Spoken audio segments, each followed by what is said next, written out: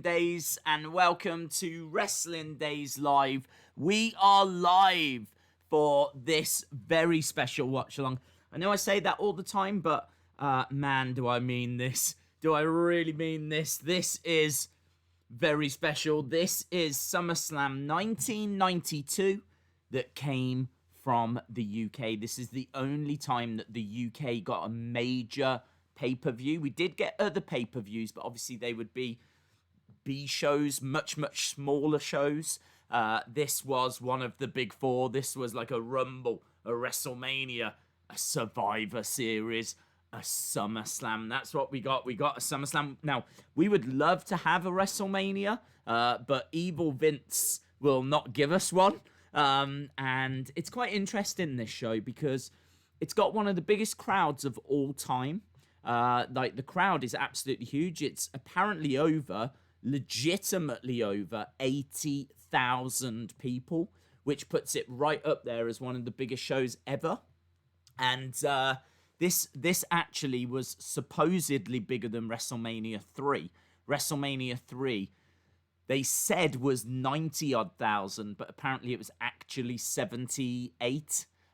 So that means that this was even bigger. More people went to this show than saw Hulk Hogan versus Andre. So this is a very weird show because it's in many ways bigger than a WrestleMania.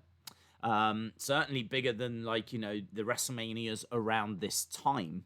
And it was believed to have been a big success because obviously they sold a lot of merch. There was loads of people that went. They made like nearly 3 million just on ticket sales. But Triple H the other year said this show was not a success.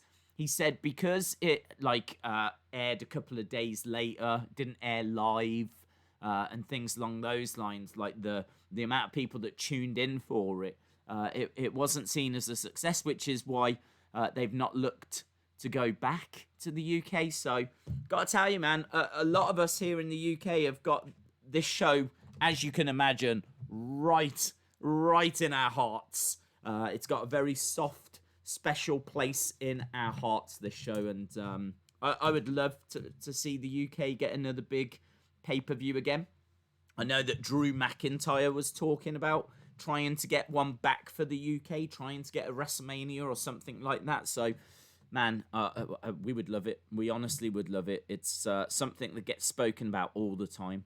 Whenever the UK has like Raw or something like that, I remember going quite a few times to like the different Raws when they would come over, and you can pretty much guarantee at some point someone was going to mention WrestleMania being in the UK. Like, even if it's just before the show starts, they'll say something like, make some noise if you would love to have WrestleMania in the UK. And so everyone's like, yeah! Right, we're about to go live in 3, 2, 1. Welcome to Raw. And, like, you know, that's how they get the crowd worked up. And I remember John Cena saying that he thinks London should get WrestleMania. And it's one of those that's been floated around so many times. Kind of, it hurts now. It's at the point where I just don't even want to talk about it. It hurts. It hurts too much. Gaming in real time. Hello, everyone, by the way. Says Days, I got new figures. They are great. Awesome. Shout out to you. It's always exciting when you get new figures. 5 minutes, by the way. 5 minutes and we're going to start. I am going to jump into the chat, say hello to some of you. But let me, and hopefully you're doing this as well, find SummerSlam 92.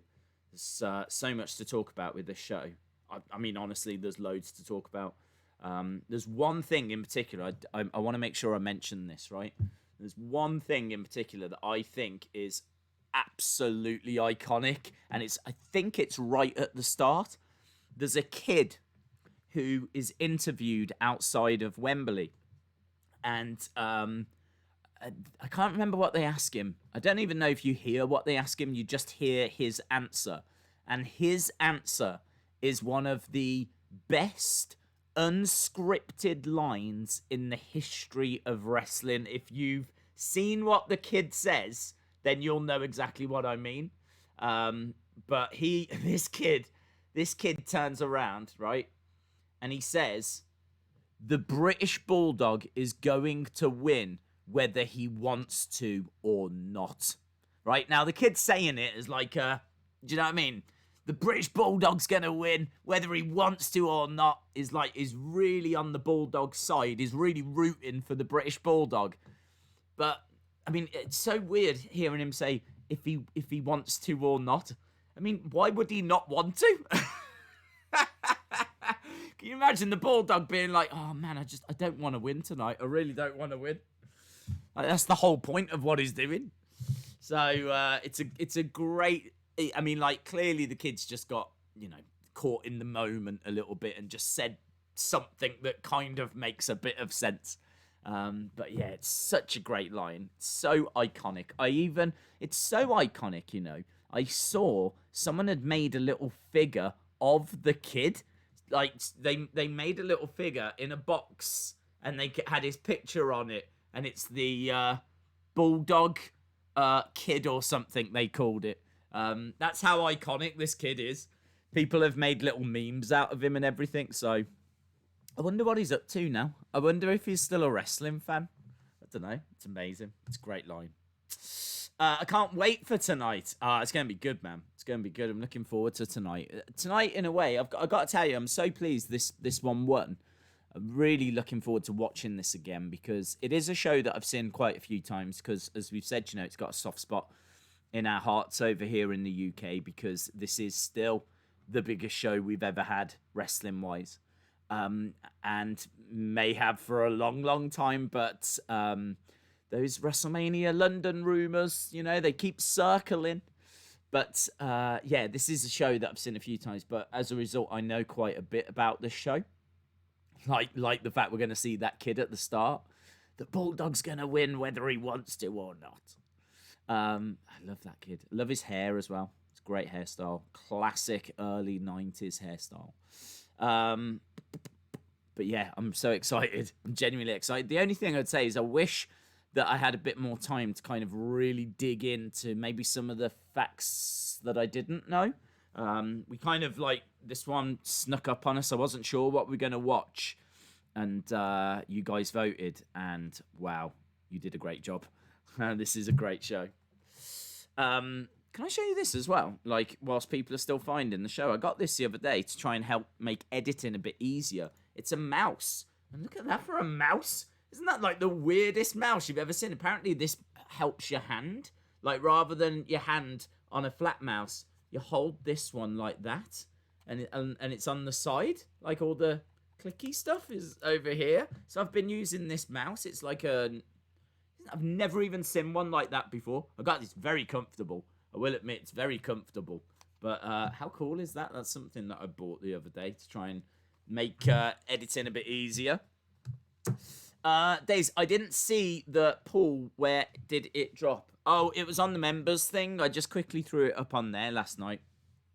So yeah, you didn't miss anything. You didn't miss anything. Normally I would have chucked it onto Twitter, but I didn't even know that I was going to do one. So it was just easy just to throw it onto YouTube.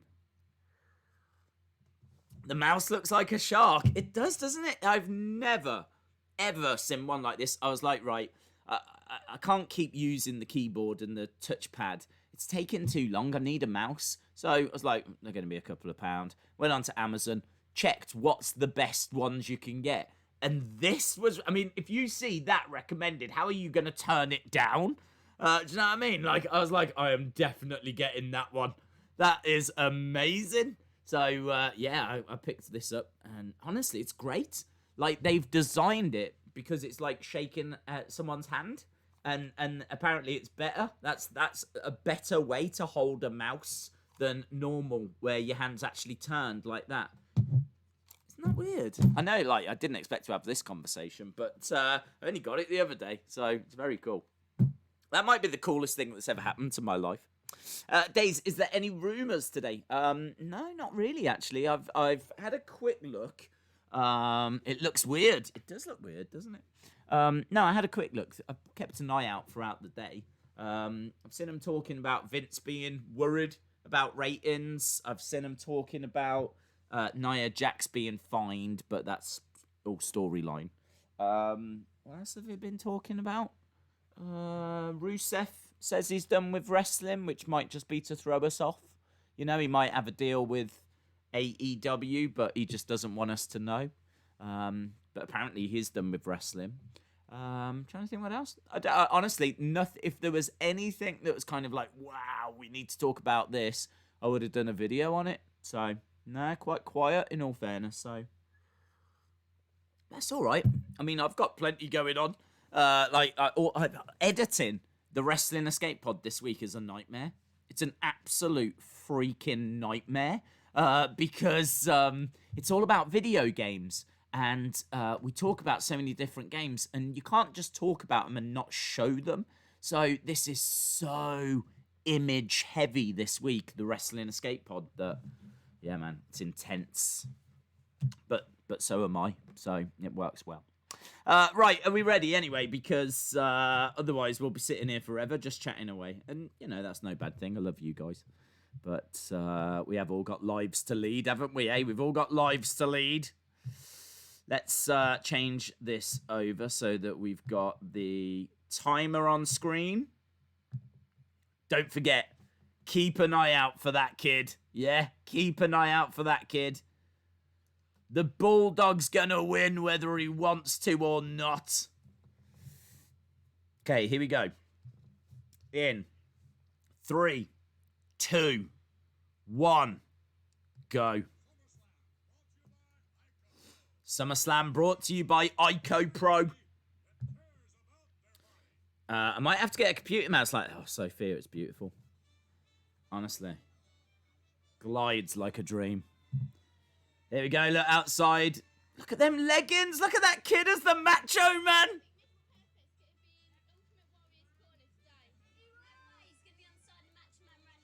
Yeah, welcome to London. Welcome to London. Yeah, welcome to Wembley. Come on, it. What? No. Come on, kid. Yeah! The British Bulldog's gonna win, whether he wants to or not. Yeah, that's right. You haven't got a choice, British Bulldog. You're gonna win. The British Bulldog's gonna win, whether he wants to or not. Right, look at this. Proper stereotypes on show here. We've got Buckingham Palace. They've got... This is what happens when an English person walks into a room. That someone jumps out with a trumpet.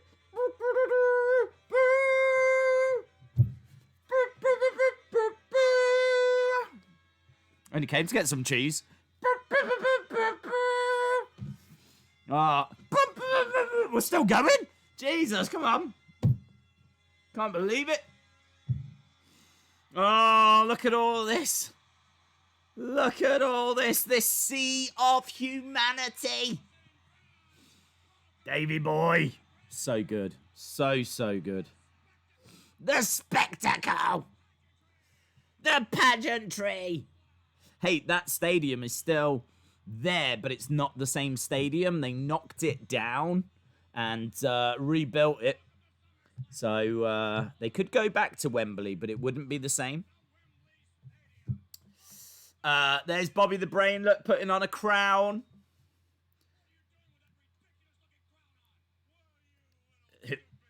You peasant. Sir Bobby! It's Sir Bobby Heenan. Sir Bobby Heenan. I live in the US, but go UK. I like US and UK. I like US and UK as well. Our countries aren't great friends, but then, you know, we're great friends with everyone around the world.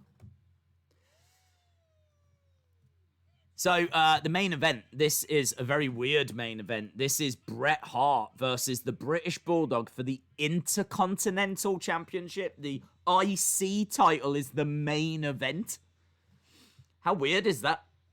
It's very weird.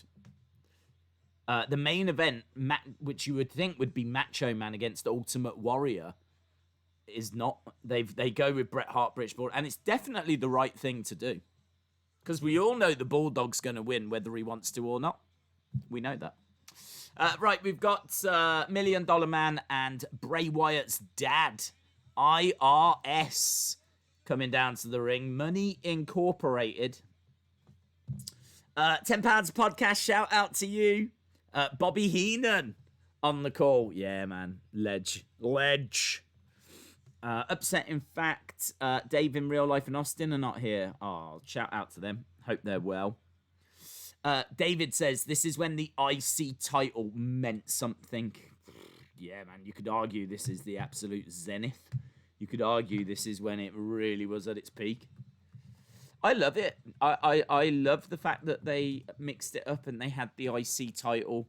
I think if the IC title did main event some shows because the feud, the match was worthy of it, and I mean, no one denies it was the right thing to do here, then I really do think it builds things up. I really do.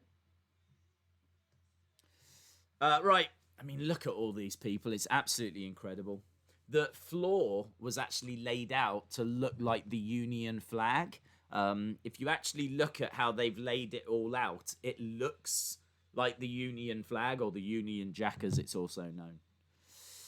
Here comes Paul Ellering and Rocco, and they've actually shown Paul Ellering and Rocco in figure form at San Diego Comic-Con this year. So you can buy, or will be able to buy, the Legion of Doom manager, and they're releasing that puppet. There you go, look. Firefly Funhouse puppets weren't the first puppets in WWE. Here's Legion of Doom with Rocco. No, literally, no one knows why. No one knows why. Such a bad idea, Rocco. Look at that guy. He's got his own shoulder pads. Got to tell you as well, Hawk is an absolute mess here. An absolute mess. There's so much about this match to talk about. This is, I think, the last time that we see the Legion of Doom for 3 years. Did you know that Hawk, after this match, does not get on a plane back to the US with everyone else? He stays and ends up joining the Hell's Angels in London, and just hanging out with them for a little while. And if you watch him in this match, he is absolutely gone. Apparently, he is on a lot of sedatives. He's really, really struggling at this point with, like, drug abuse and addictions, and is not in a good place at all. At all.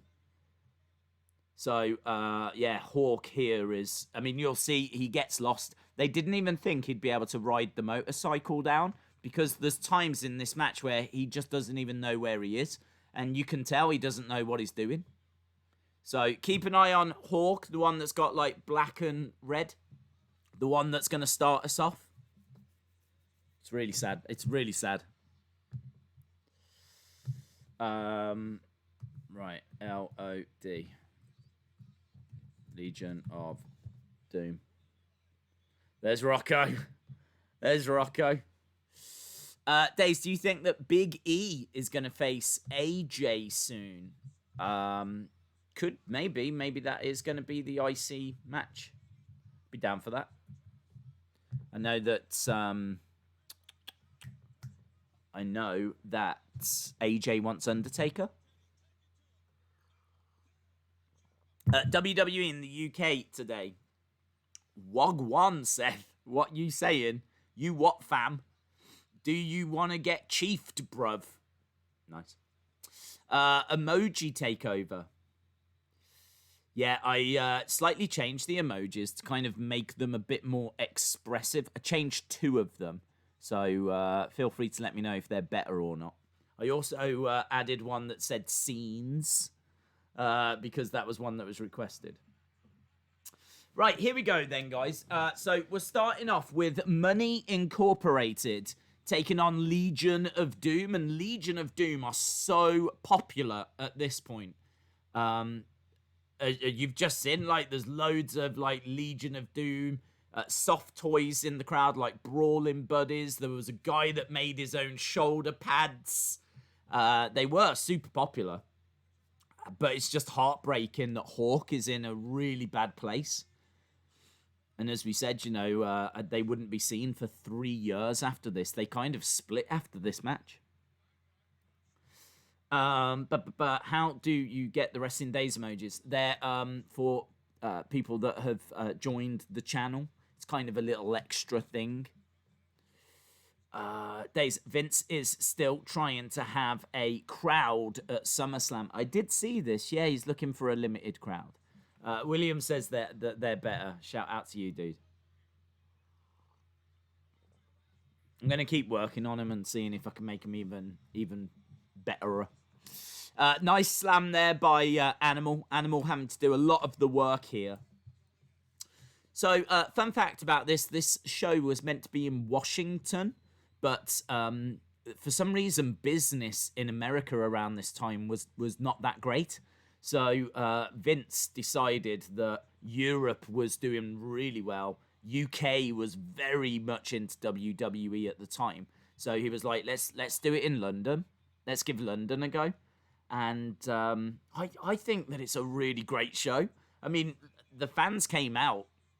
As we said, you know, one of the highest attendances ever. Hawk is in there with IRS. IRS putting on a sleeper hold. Days Big E versus Braun for the Universal Championship. Did you hear those rumors? No, I haven't heard that. The pay-per-view set the barrier for wrestling in the UK and brought WWE a much larger following, says David.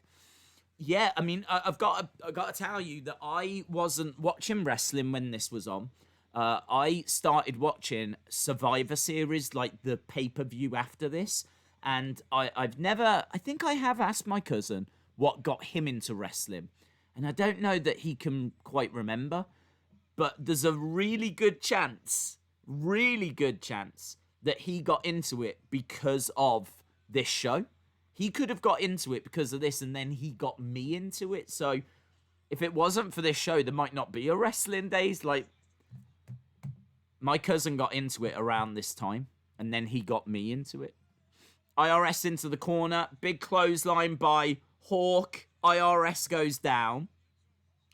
So again, keep an eye on Hawk. You can see they weren't sure that he was going to be able to ride the motorcycle, let alone wrestle. And look at that. He goes out of the ring. Flops to the outside. Hello to Chalmers. A rare $1 million man attire, says DJ B Tazzy.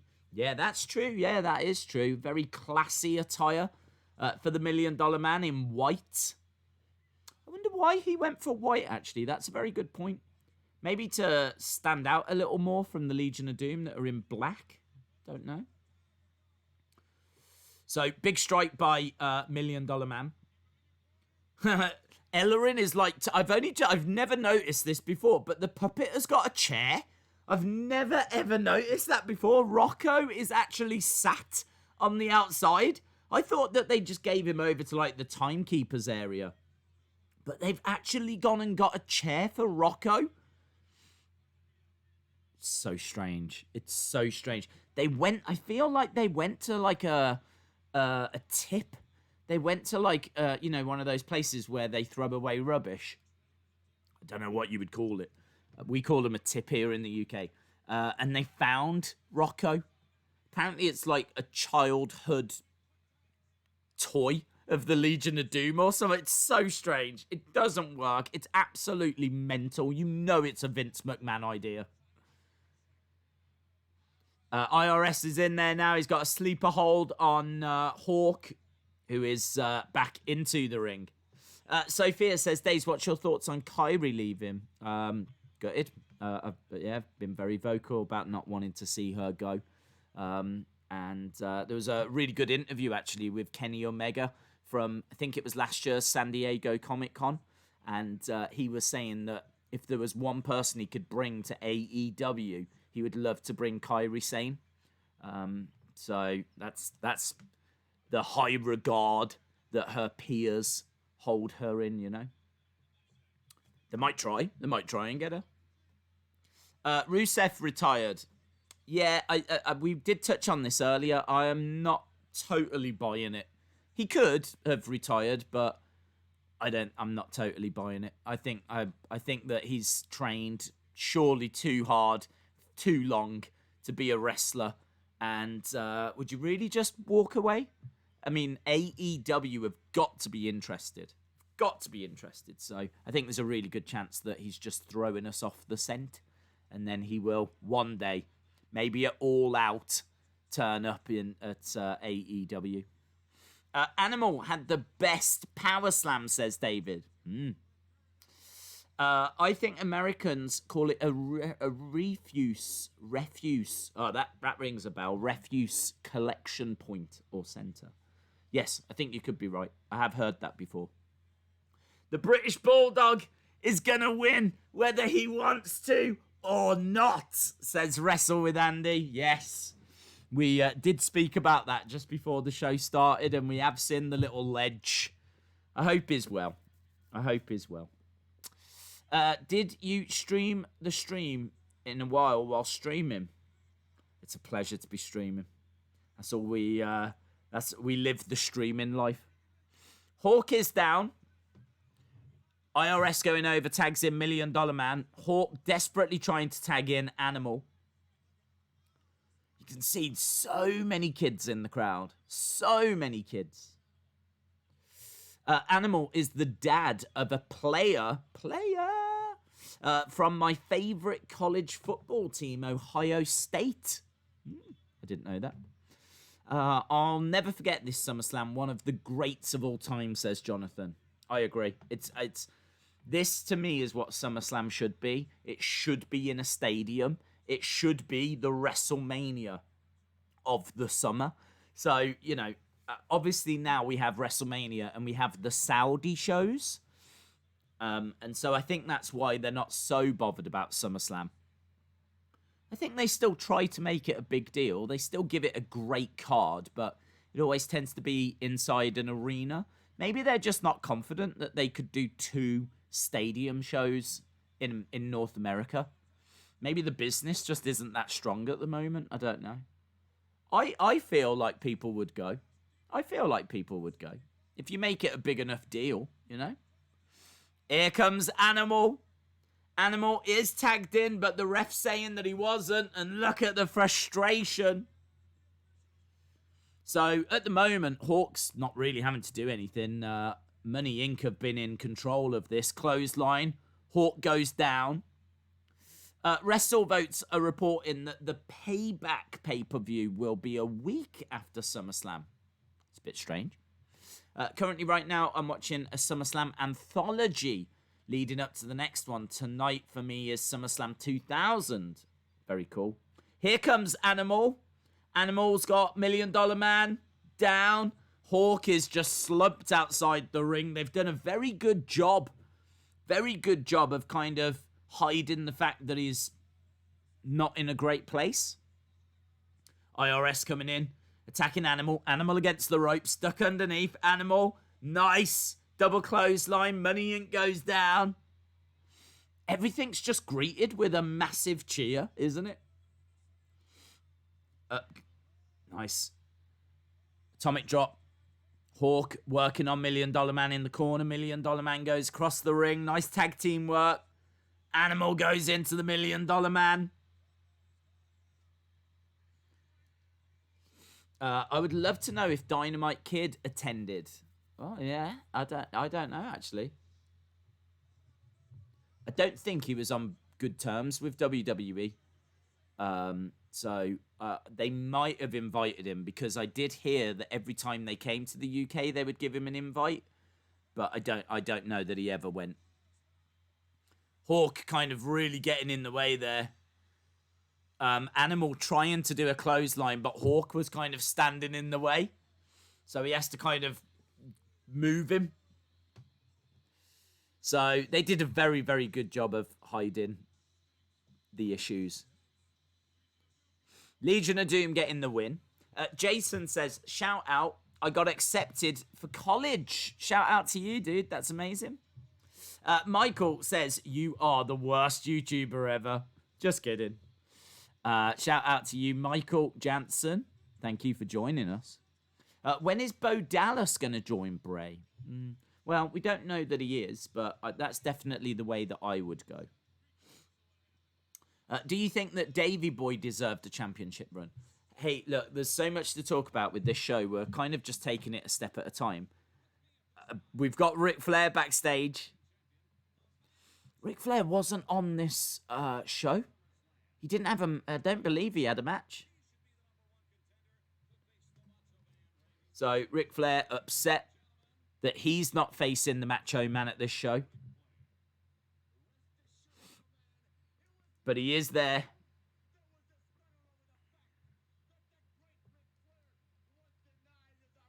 It's Macho Man Ultimate Warrior.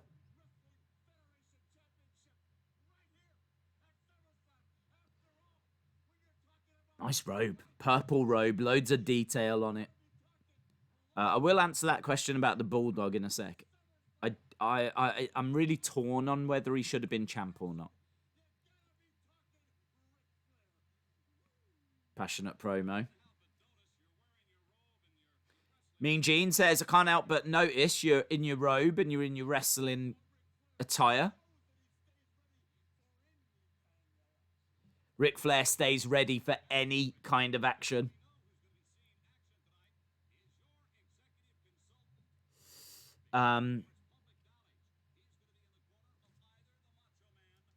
So, Bulldog, he had a lot of problems. He had... He during this match tonight actually says to Bret quite a few times, I can't remember what I'm meant to do. I don't know what I'm meant to do. Because Bret actually put this match together, called up Davey and tried to go through it over the phone, and Davey just wasn't interested. He just wanted to turn up and do the match. And Bret's like, this is one of the biggest matches of yours and my career. And Davey was like, yeah, it'll be all right. It'll be all right. Davey just wasn't... He had his problems, and I don't know how you could put the WWE Championship on him. I just don't think he was that reliable. But he had the look, he had the support, he was believable, he was solid in the ring. Promos were okay, they were a bit of a weakness. But if on paper you would look at the Bulldog and say, yes, he should have at least had a run with the title. And honestly, if he had had it together behind the scenes, I think he would have. But he didn't. He was a mess behind the scenes. There was a lot of like drug abuse and things like that was going on. He had his problems. He had his demons, you know. Okay, so we just heard from Ric Flair. Now we've got Virgil. Do you think that Hawk held Animal back? The way Animal looked after him, really think Animal would have been a great singles competitor. I don't think so, GP, Mull, because Hawk obviously goes away after that match, and it's not as if Animal flourishes into this incredible solo star, or, you know, goes on and forms a tag team equally as great as the Legion of Doom. I think that Animal brought an intensity, and he brought, you know, great promos and the catchphrase, what a rush. I think they complemented each other as a team. I mean, the Road Warriors are regarded as one of, if not the greatest tag teams of all time. So I don't know that he held him back. I think that they could have achieved even more than they did if it wasn't for his demons as well. Right, Nails is in the ring now. I loved Nails as a kid. Well, I didn't love him, but I loved his character. And he's taken on the former bodyguard of the $1 Million Man. He's taken on Virgil.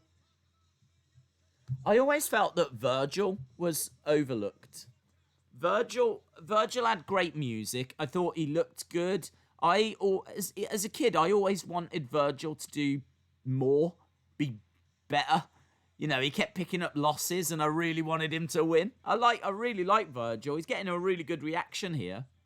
Eric Dirigi says WCW in early 2000 tried to make Animal a single star, as seen in the Fatal 4-Way match where Sid broke his leg. I don't know if I've seen that match. I can't recall it. Robert says, because Virgil was a jobber. Yeah, I mean, he did definitely become a jobber, but there was a period of time, when I want to say maybe around here, where he had the crowd, you know, when he turns on $1 Million Man, which I think was the year before. He was red hot, man. He was red hot. The only problem was that for some reason, it just that was the only story that WWE really pushed him in. He didn't really go and do anything else. Like when he turned on the $1 Million Man, that was great. I suppose it's hard to know what he stood for, you know? Like here, what does he stand for? Nails choking out Virgil now. Nails very upset with the amount of money that he would be paid on this show.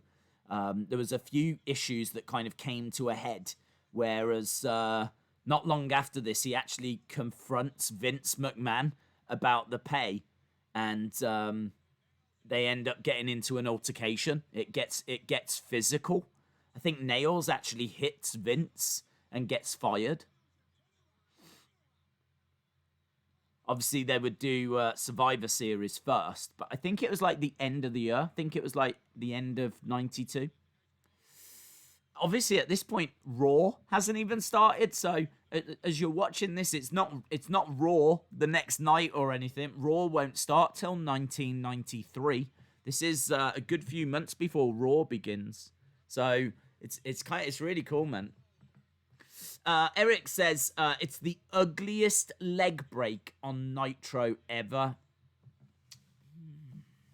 I feel like I've probably seen the leg break, but I just can't remember the match. I'll check it out after. I'll check it out. Chalmers says, I wonder if Mama Days has Twitter. No, she hasn't got a clue when it comes to technology and stuff like that. Strikes to the midsection, going up by Virgil. This show, as well, has got 3 dark matches in it. And what's crazy, it's the only show that I can think of that's got a dark match during the show. Like, the show starts, and one of the matches during the show is actually cut and isn't shown because they don't air this. And, like, I think they air it live in the UK, but in America, it was a few days later. It was about 2 days later that it was shown in America. And they actually cut one of the matches. I think it was Tatanka versus Berserker that was cut. And then there's 2 matches before that aren't shown. So this has actually got 3 dark matches. One of them during the show, which is very strange. Nails wins the match by submission, I think. Nails going over, grabbing that nightstick. So there seems to be a bit of confusion here as to whether Nails had won the match or not. Vince didn't think he had, and if anyone should know, Vince should know. He does book the shows. He's got this nightstick. He's going to jab it right into the midsection of Virgil. And now he's choking Virgil out with that nightstick. Obviously, the next show, the next pay-per-view show would be Survivor Series, and that's where we would get the big boss man against Nails. And I remember seeing that match, and it just absolutely blew my mind as a kid. It's not a great match or anything, but seeing a prison officer taking on a prisoner was like, what is this? So, yeah, very cool. Hey, Days, my mom just let me join. I'm so happy. Shout out to you, Aiden. Shout out to your mom as well. Welcome, Aiden. We will be doing next Thursday, I think, we'll be doing a members only stream for the first time. We've got Lord Alfred Hayes backstage, and he's found the Macho Man's dressing room. Ask Mama Days if she still likes stripes. I will ask her for you. Days, I want you to know you're my favourite YouTuber and I love your beard. Thank you, BVM. Here's Sensational Sherry. Looking sensational. Love Sensational Sherry. So she's backstage with Mean Gene. There's Shawn Michaels. We should be seeing Shawn soon. He's in action.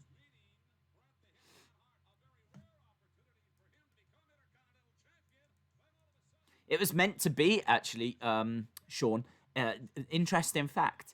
If this show had happened in Washington, which was the plan, if this show had gone ahead in Washington, the plan was it was going to be Bret versus Shawn for the Intercontinental Championship. But because it was moved to the UK, Vince felt that, well, we need to give the British Bulldogs something pretty big, get the British fans excited. And so that's why it was changed. But originally, it was meant to be Bret versus Shawn. There you go, look. Rick the Model Martell flirting with Sensational Sherry.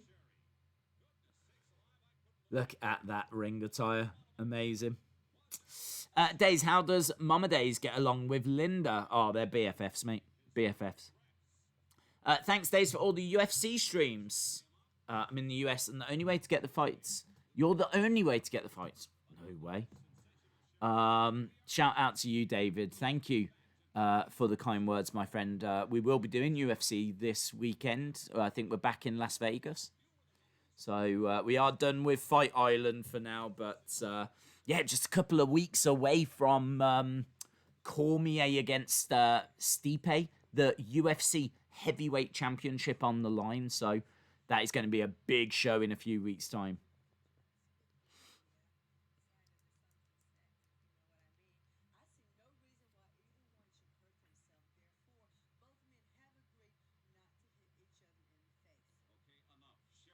Both men have agreed to not hit each other in the face. Shawn Michaels versus Rick the Model Martell.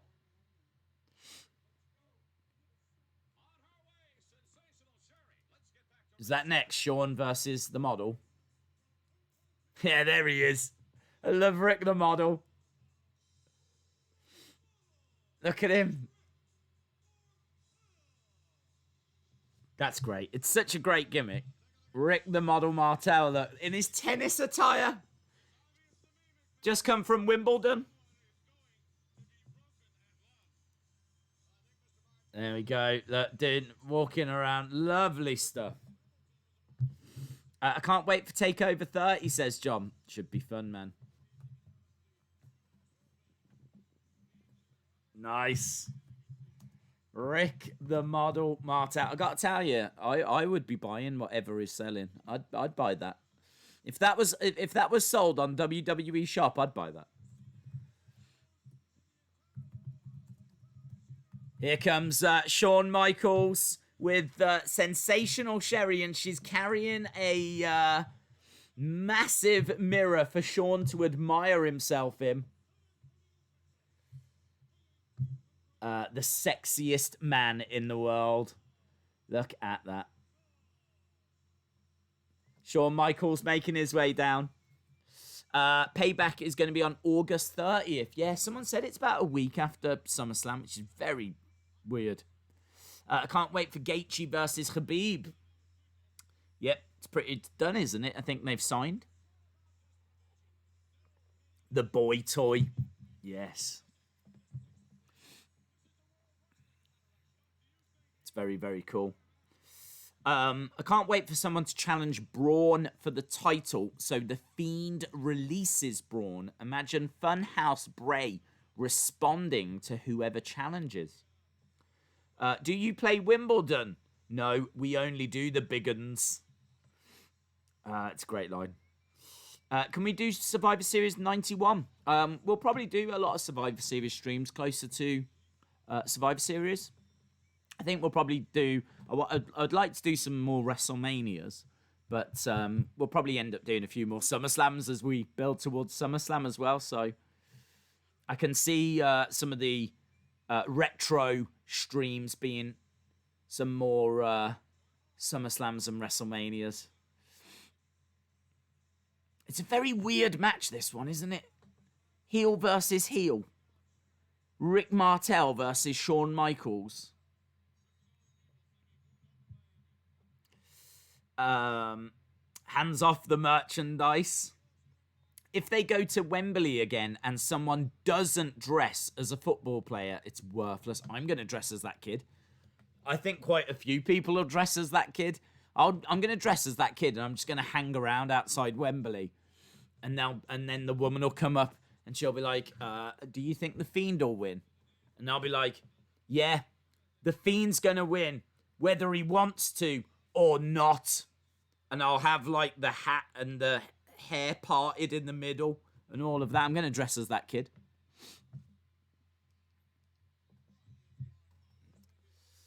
Classic Shawn Michaels attire, this. When I think of Heartbreak Kid, Shawn Michaels, this is the ring attire I think of. Maybe it needs some hearts on. Maybe it needs some hearts, but this white with the red kind of showing through underneath, that is classic Heartbreak Kid. Lovely attire. Both of these attires. You got Rick the Model in electric pink. Yeah, beautiful. And then you've got this great Shawn Michaels attire. See, these days what they have is they have tights, black, and they'll have some like motifs down the side. Doesn't look as good. Nice. Martell doing some shooting stars. I've got some merch. Shout out to you, Sarah Jane. Shawn and his epic mullet, says Heather. Beautiful. He's just a sexy boy. Sliding under the legs into a drop kick. Lovely work by Shawn. I mean, this is 92, so I mean, he's not been solo for too long at this point. I want to say maybe a year.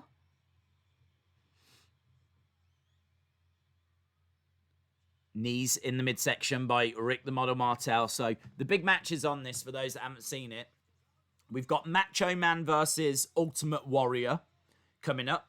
We've got Undertaker versus Kamala. We're going to see Kamala. And the main event, Bret Hart versus the British Bulldog for the Intercontinental Championship. So those are, I'd say, the big three. I mean, Undertaker Kamala's not really a big match, but it's Undertaker. And his entrance is awesome. WrestleMania 34 watch along. Yeah, we'll get to it. Days, can you see a second lockdown happening? There are parts of the UK that are going into lockdown. Yeah, I've heard rumours. I don't even know if it's been announced, but Oldham, I heard, is going into lockdown. So there are parts that are looking likely to go into lockdown. Full lockdown, we'll have to see how it goes, but the signs are that it is kind of coming back a little bit. Hopefully we can keep it under control and a second lockdown won't be necessary, but man, just stay safe. This thing is no joke. David Paul, shout out to you, my friend. Sensational Sherry trying to help Shawn Michaels up. David says, Shad Khan, the father of AEW owner Tony, owns Wembley. So I don't see any WWE pay-per-views coming to Wembley. That's a good point. Does he own Wembley? I didn't know that, if he does. Let me have a look. Shad Khan, Wembley.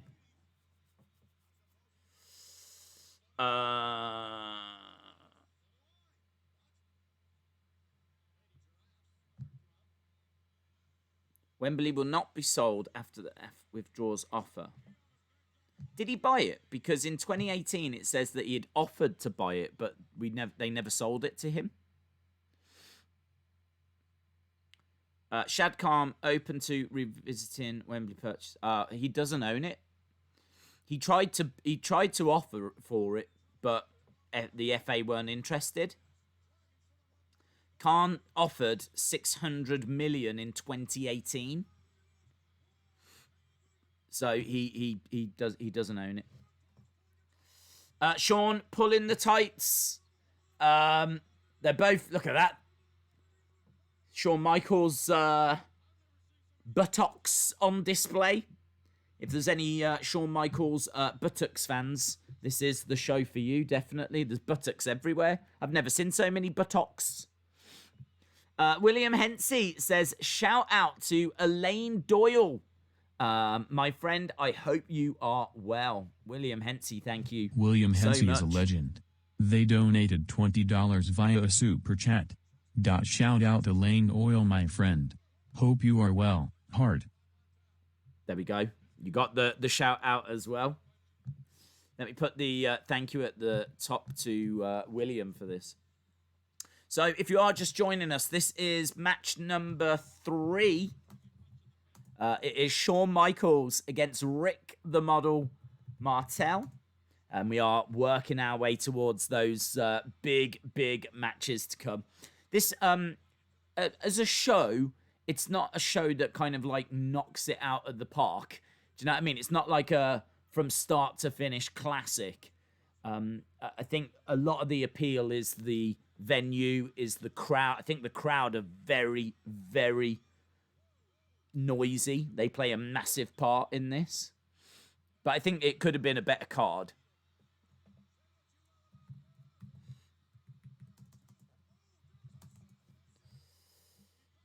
He did slap him in the face, and Sensational Sherry is up. They said they weren't going to slap each other's faces because they're both sexy boys. And you know that Sherry's getting involved. Oh. Sherry's fainted. She can't cope.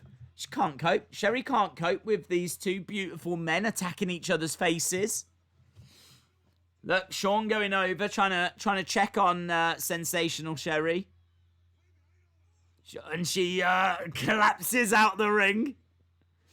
Shawn is checking on her. He doesn't know what to do. Vince is like, did she have a heart? Look, he's trying to do CPR, but he doesn't really know it. Now Rick the Model pushes Shawn away. And Rick the Model's giving chest compressions. I feel like there's probably some... Where's the medical team? Why is it being left to Shawn and Rick the Model Martell? I don't understand. Oh, now look, big... Isn't it weird to see, like, a little stage? That's something that we've not spoke about. The ring is actually on a little platform. So you kind of get down to the ring and then you've got to walk up a couple of steps. Sherry's just lying there. Although she does have a little look up.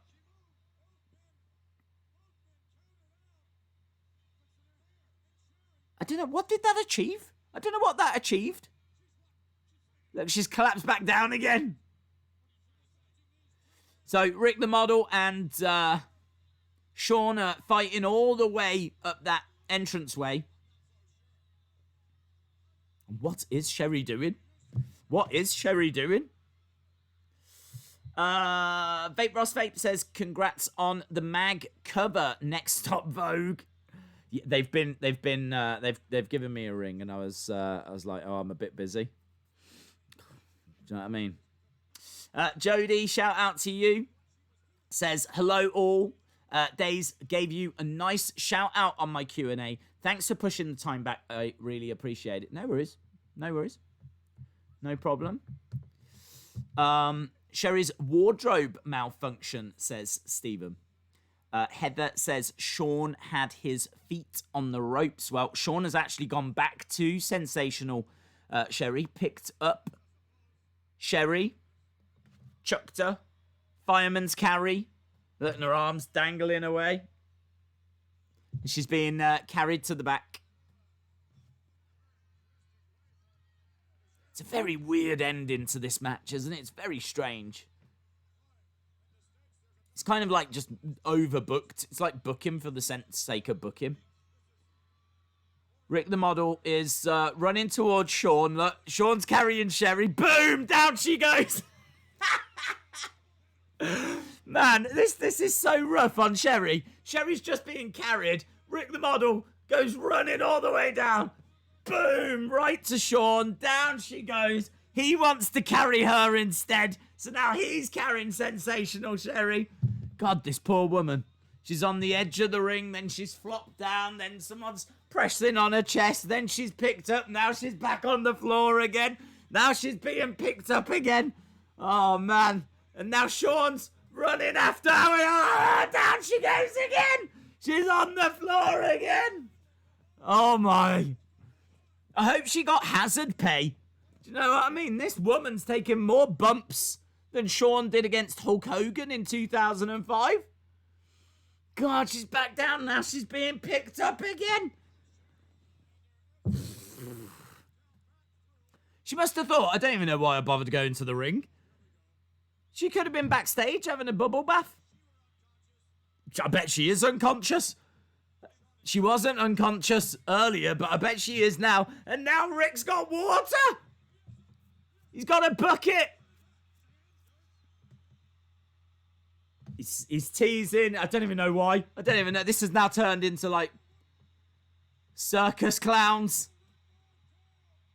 Martell with that bucket of water. Yeah.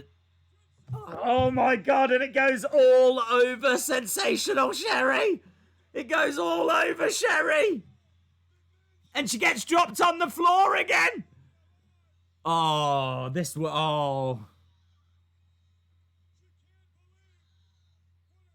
I can't believe what's going on. Hashtag justice for Sherry. Sherry running out back. Literally none of that made sense. I haven't got a clue what was going on. They're fighting over Sherry, but she just keeps getting thrown onto the floor. And then someone tips water over her. Sherry can't catch a break. Water to the face. I know. Moody, isn't it? She's like a doll getting tossed around. Justice for Sherry. Justice for Sherry. Fun though. Fun. We've got the Nasty Boys. Sherry is out. I know it's Moody, innit? It's Moody. What match, in your opinion, made Shawn stand out as a main eventer? I think you've got to say WrestleMania 10, maybe the ladder match. Maybe WrestleMania 10 was the breakthrough moment. His matches up to that point, I mean, you might be able to pinpoint something before, but his matches before were very much kind of what you've just seen there, you know, where they were okay. They served a purpose, you know, some of them were good. His WrestleMania 8 match was good. WrestleMania 9, I think he probably had the best match against Tatanka, but it wasn't really anything to write home about. Do you know what I mean? Like, having the best match at WrestleMania 9. I think I had the best match at WrestleMania 9, and I didn't even compete. It was a bad show. So, yeah, I think probably 10. I think the ladder match is probably where he goes to the next level. Right, so we got the Nasty Boys backstage. Excited about getting a title shot in the future. I don't know what match we're going to now. What is this music? Oh, it's the Beverly Brothers music. That's really interesting. I don't think clearly, if they'd played Beverly Brothers music, I don't think I would have told you who it was. Sounds like a steel drum. Ding, ding, ding, ding. Thought it was like a Jamaican kind of a thing. I don't think that fits the Beverly Brothers.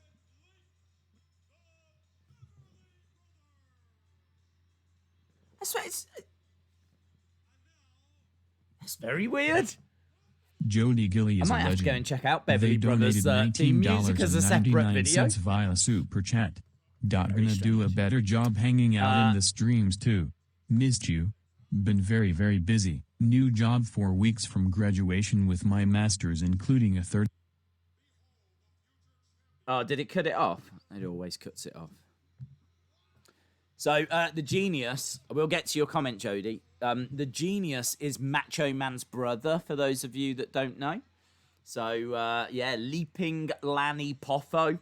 And here's a couple of guys that I don't think are going to be leaping. We've got Earthquake and Typhoon making their ways down. With they are the tag team champs here. I loved the Natural Disasters.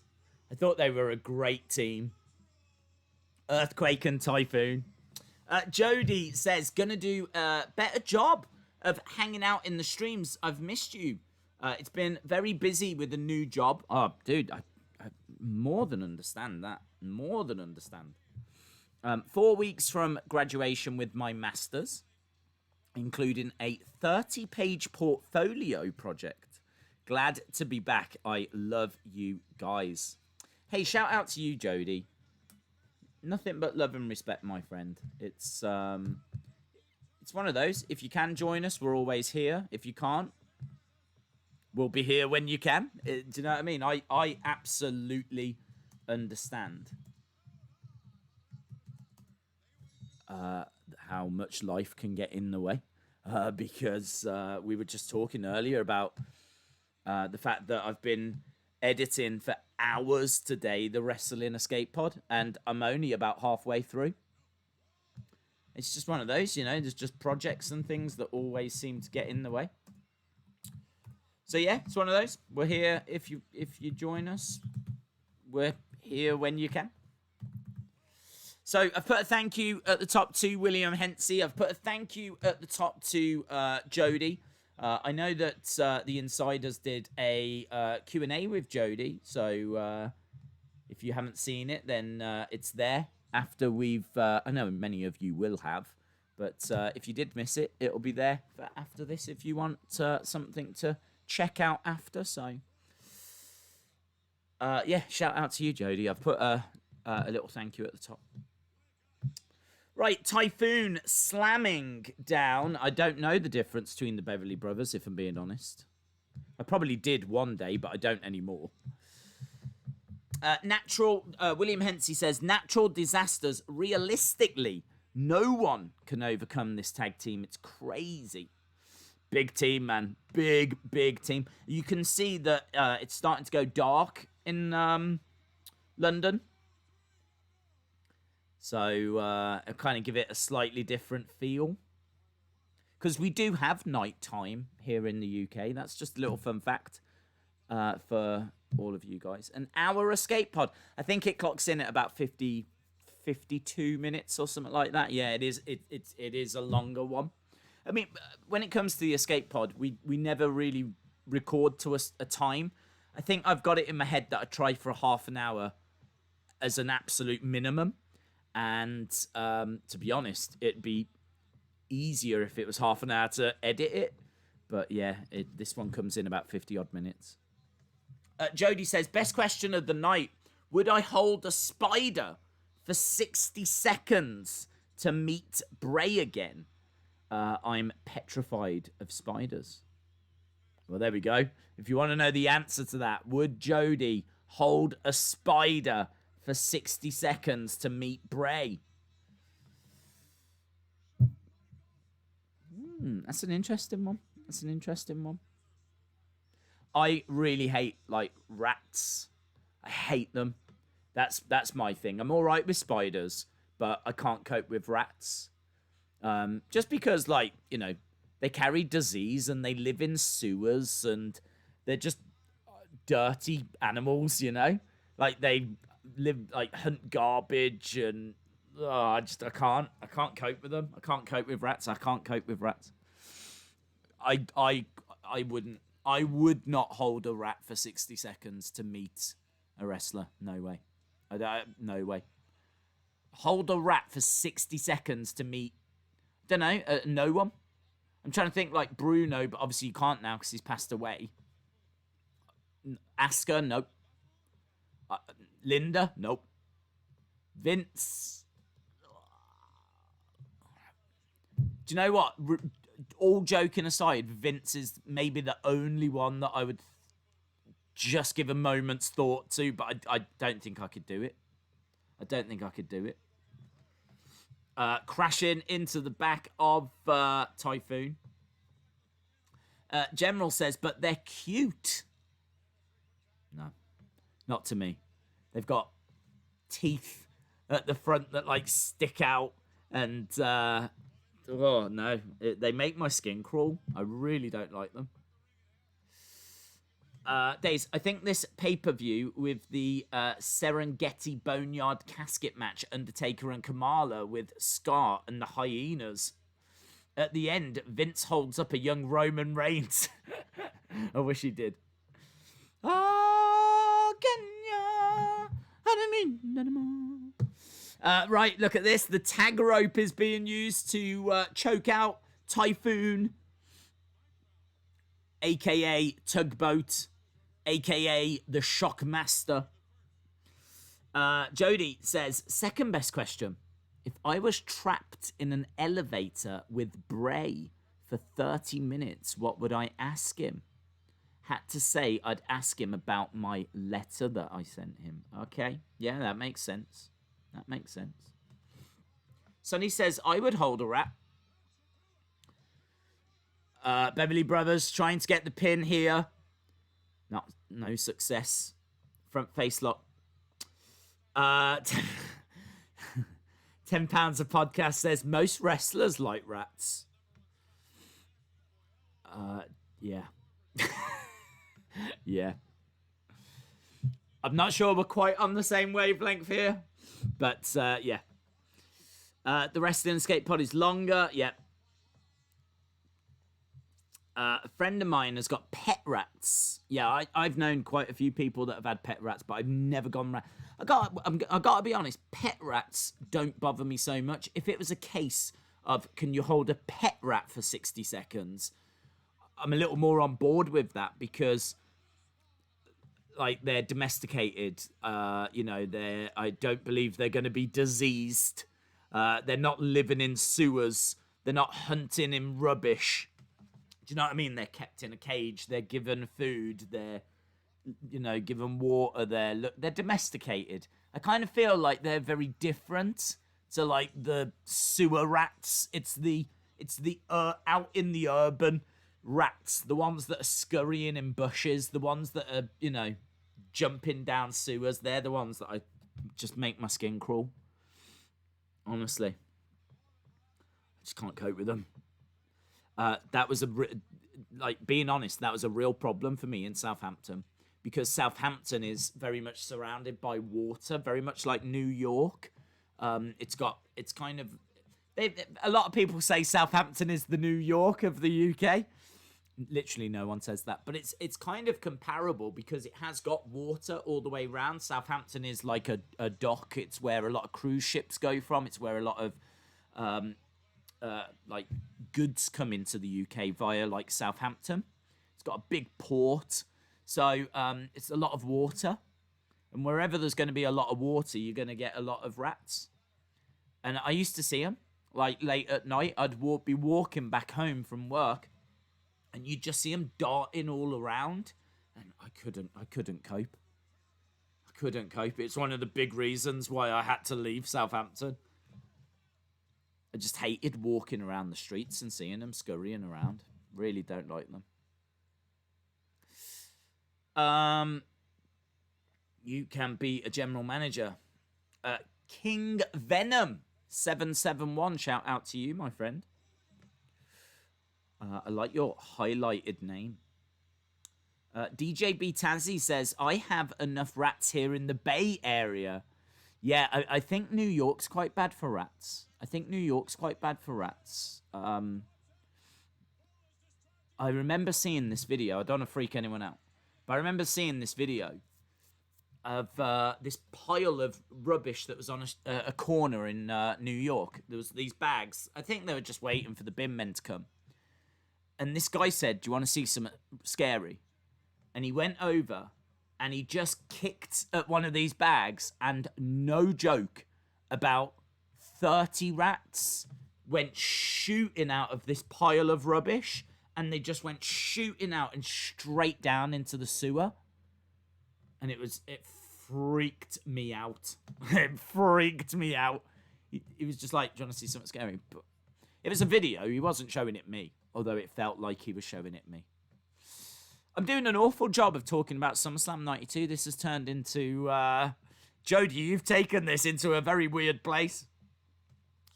Days, you'd make great pest control. I would make the worst pest control ever. I'd make the worst pest control in the world. They'd call me up and go, "We've got a problem with rats." And I'd be like, "Yes, you have. Good luck with that." That would be it. "Thank you for calling. Bye."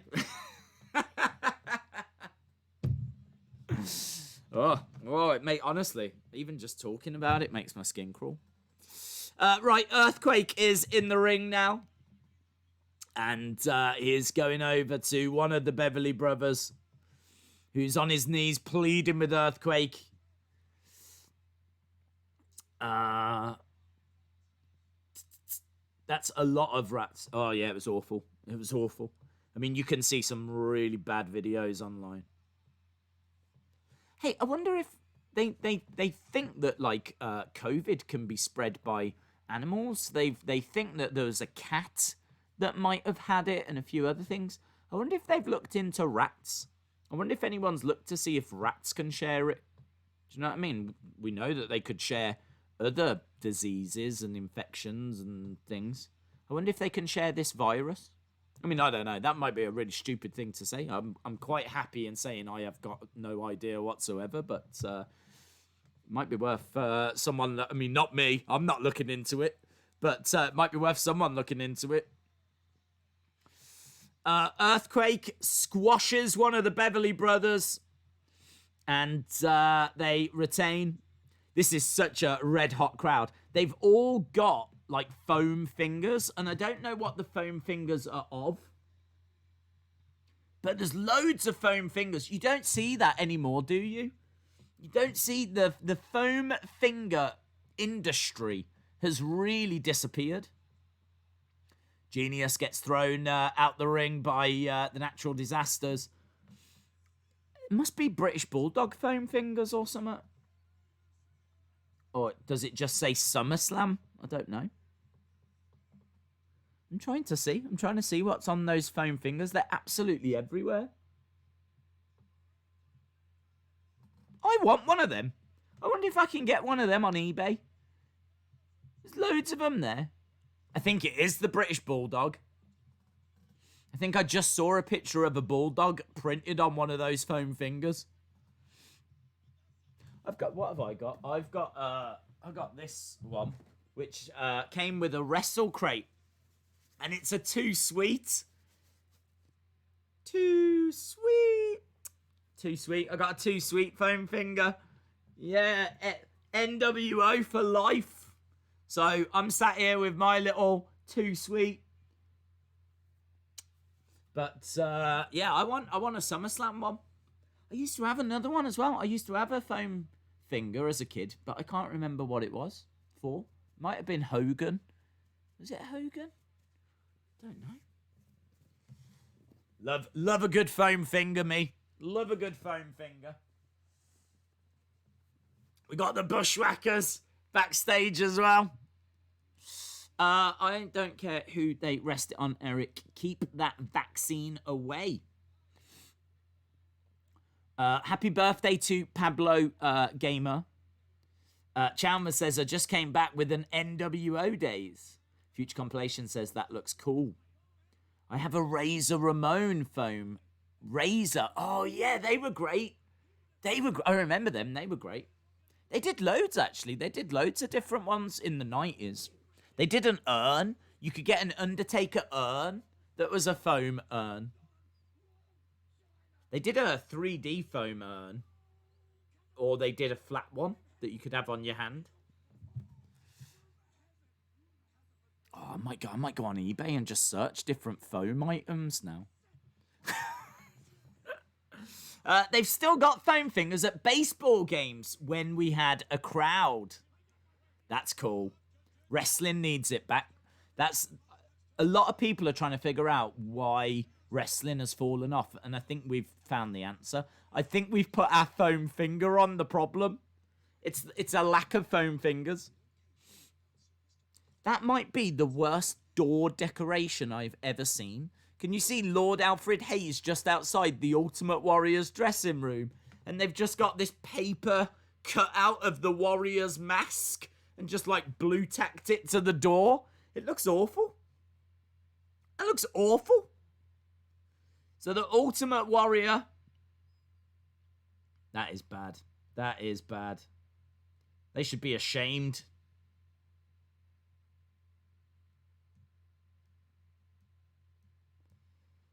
So backstage with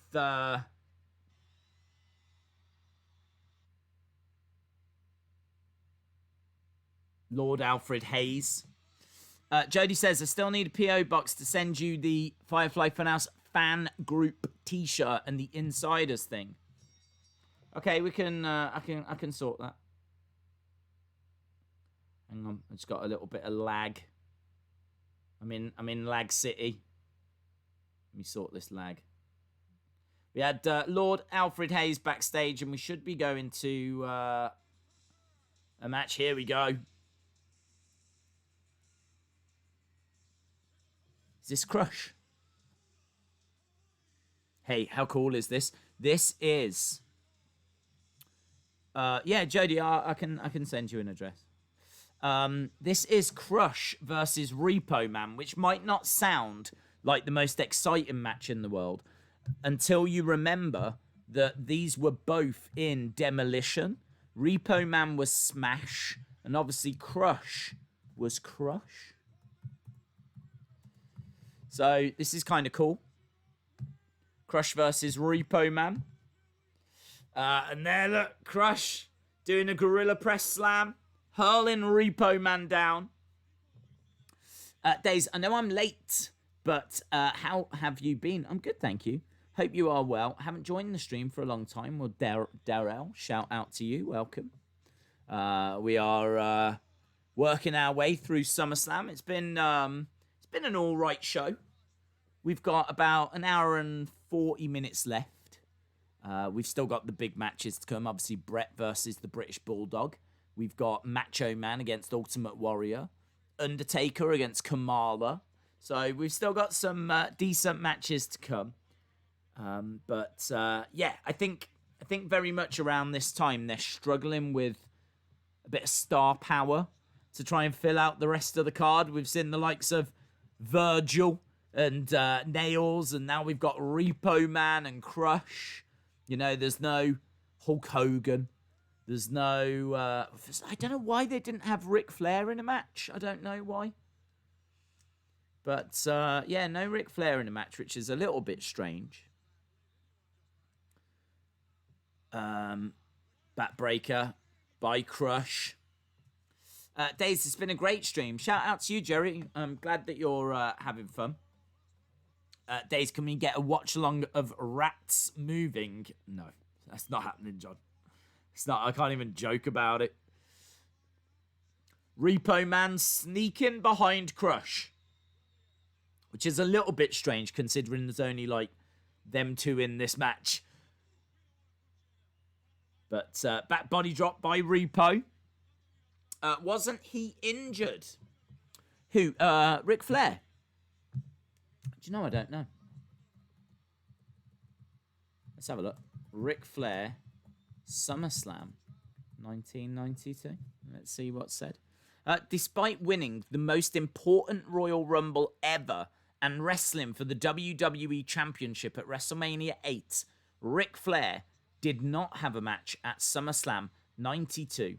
Flair was never given a rematch for the title Instead, he was used with Mr. Perfect to disrupt Macho Man and Ultimate Warrior. It never really established why.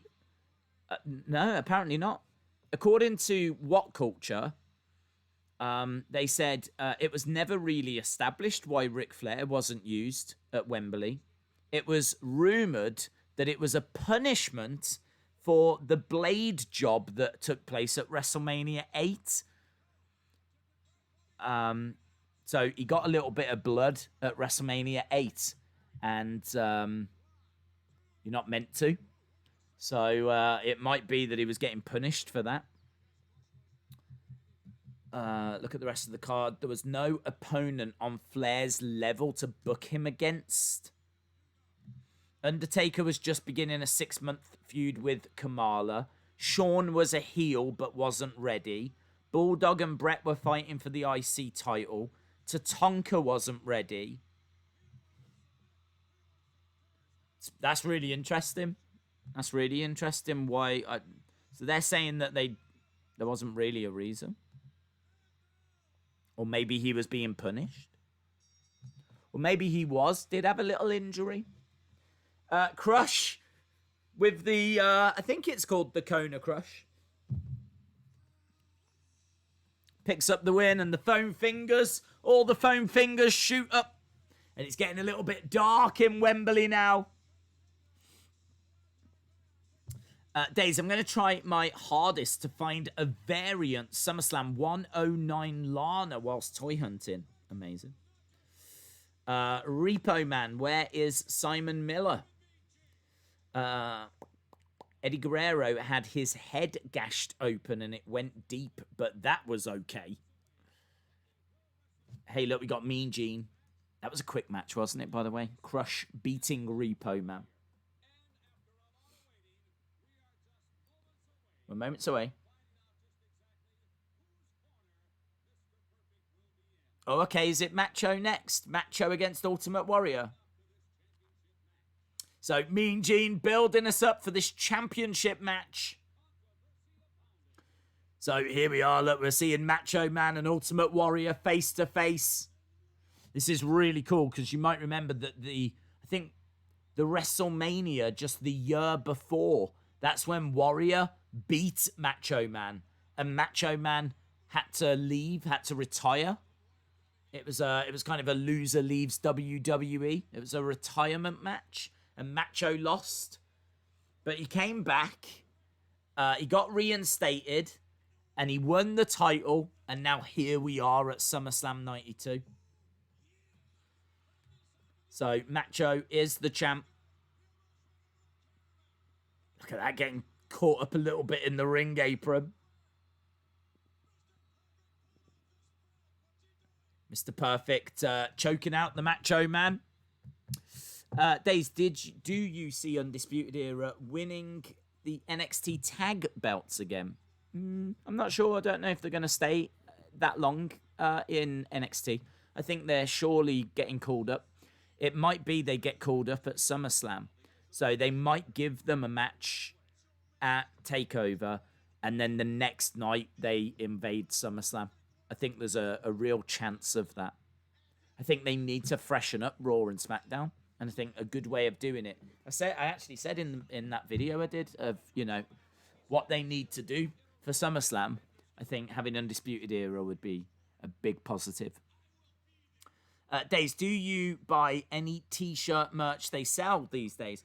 I was really lucky that they were kind enough to send me quite a few things. So I've kind of got quite a few shirts. I've got like the Volta shirt and things like that. So yeah, I'm very fortunate. I would like to get the Timothy Thatcher one. I think that looks really cool. And obviously I've bought a lot of the Firefly Funhouse boxes that came out. So yeah, I definitely still keep my eye on things they're doing.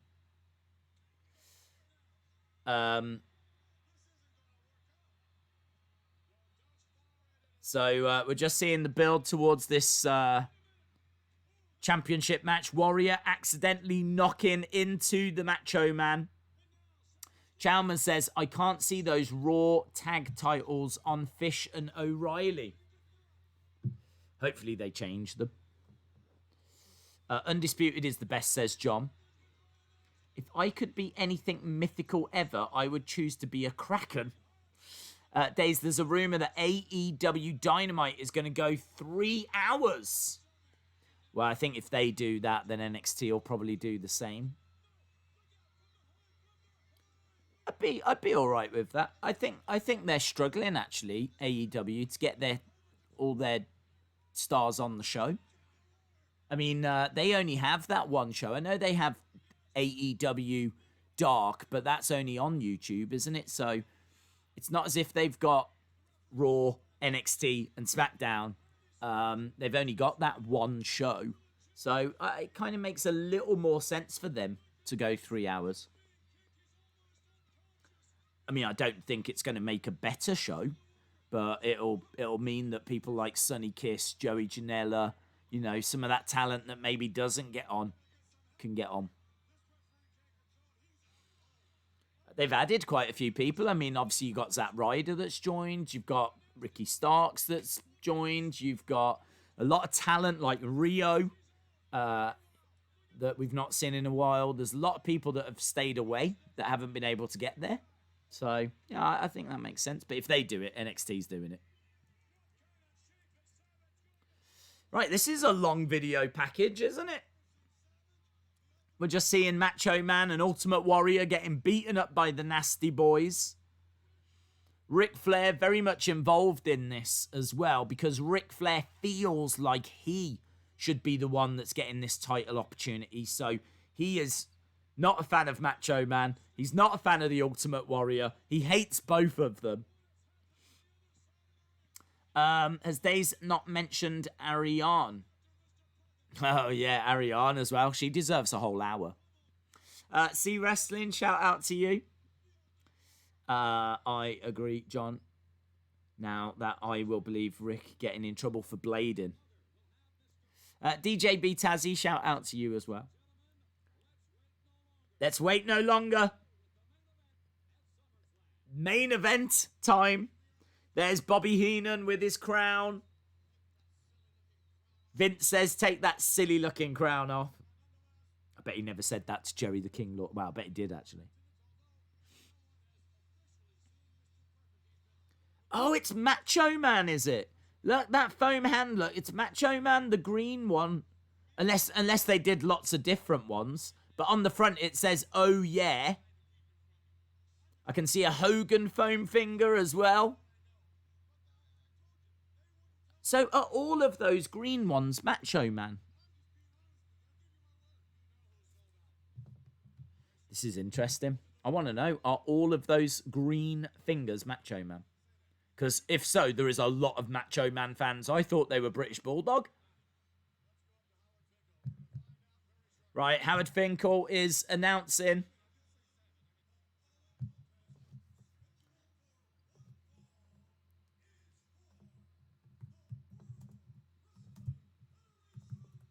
Championship.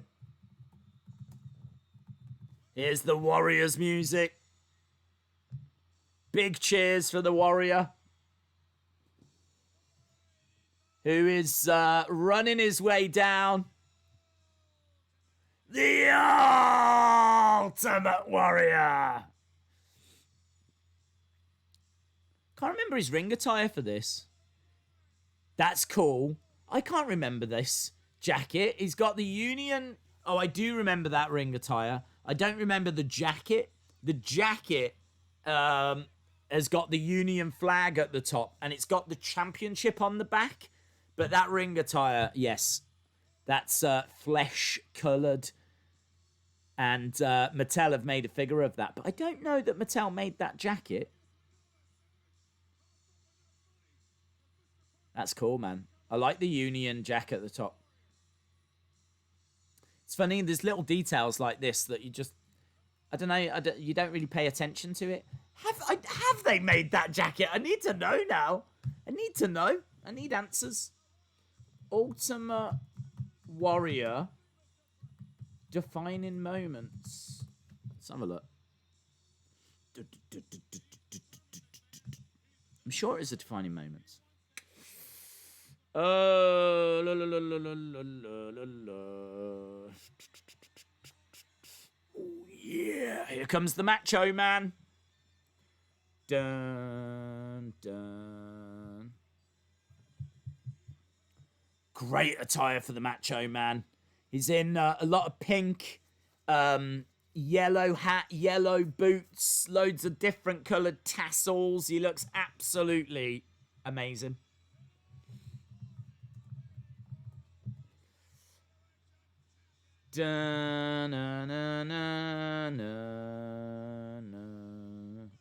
Elite 26 Ultimate Warrior. Oh, that's a shame, isn't it? Elite 26 Ultimate Warrior is the warrior based on this match. And unfortunately, it doesn't come with any accessories. Isn't that strange? Normally they come with accessories. This one doesn't. Dun, dun, dun, dun, dun. No, Elizabeth. Elizabeth. Think they were having troubles around this time. I love you. Crowd going crazy for the Macho Man. Let me show you the figure. There it is. That is Elite Series 25. That is what the Warrior is wearing. But unfortunately, it doesn't come with an entrance attire. So we were robbed. We were robbed. If anyone from Mattel is watching, you robbed us. You should give us this figure again, but with the jacket. How dare you release a figure with no accessories as well? Who do you think you are? So, yeah, we did get this Warrior. I don't think we've had this Macho Man, though. Dun, dun. Right, let's take that off. Dynamite can't go 3 hours. That'll be overkill. Yeah, I mean, I don't think it's going to help the show. No denying that. Here we go. Look, Macho Man and Ultimate Warrior face to face. Days, have you ever done something? No, I've always tried to live my life avoiding doing something. Elizabeth. Macho Man putting his hand out. He wants to shake hands with the Ultimate Warrior, but Warrior doesn't look like he wants to shake hands.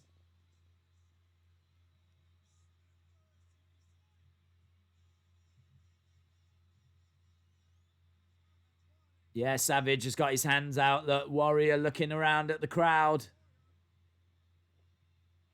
Warrior puts his hand out. There is a handshake. Whoa. They're pushing and shoving. No love lost here between these two. Look at this for ring attire as well. You know, I keep banging on about how everyone wears black. Look at these two. Macho Man looks like he's just come from a rainbow factory where there's been an explosion. And the pink won.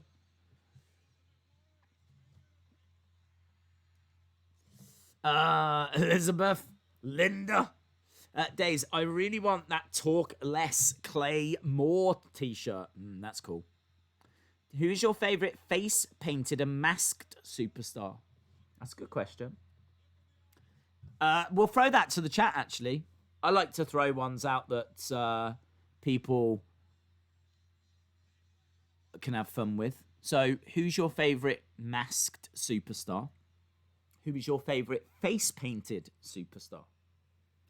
Off the top of my head, face-painted, I do think, and it's not because I'm watching him, I do think Ultimate Warrior, but I do also think of Sting. They might be the two that kind of come to mind first of all. And then masked. Bray, obviously the Fiend's really cool at the moment. I do think about debut Kane. And obviously Rey Mysterio has had probably the most iconic mask.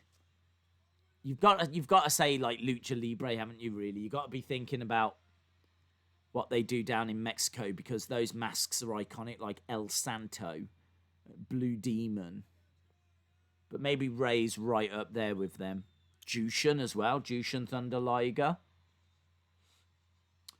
Sting or Jeff. A couple of people are saying Sting or Jeff. The Fiend, the Great Muta, great shout, Jonathan. Mil Mascaras for Masked, says David Paul. Masked, easy. The Fiend. Travante says Fiend. Sting and Kane, says Jerry.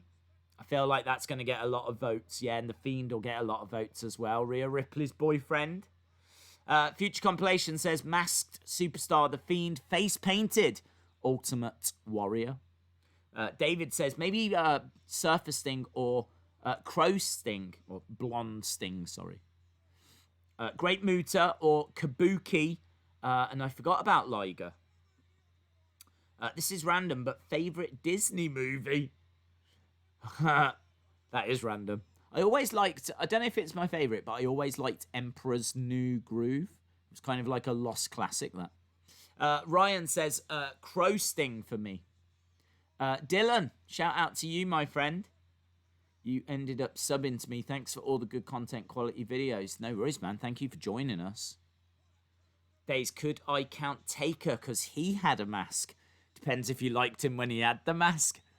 You can't say Taker when he doesn't have the mask. You would only be including him with the mask. Them are the rules. I don't make up the rules, but I have literally just made up the rules. Eric says, how can you guys not remember Hayabusa of MFW? That was the best mask ever. Days, I have the Raw Elite Scale ring and the Goldberg was missing. No way, Joe. You've been robbed. Road Warrior Hawk. Demon King Finn Balor, says Sophia. That's a great shout. That's a great shout. The Hurricane. Oh, man, you guys are naming some quality ones. Chalmers says Thunder Rosa. Le Parker and Sting, says Eric. Sonny Wolf says Emperor's New Groove is the best.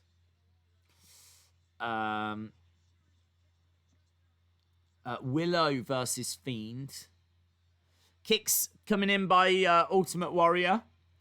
Days, whilst I'm on my way up to London in the coming week, I'll have a 2-hour train journey, and I'm going to both recent kids magazines to entertain me on the way. Yeah, you should do it, man. I genuinely think they're fun. I think they have some interesting bits in there, some interesting articles and whatever. I think for me, the best reason to get them is the GIFs and the posters. I think the interviews are pretty cool, but the questions aren't obviously very probing. You know, it's a kids magazine.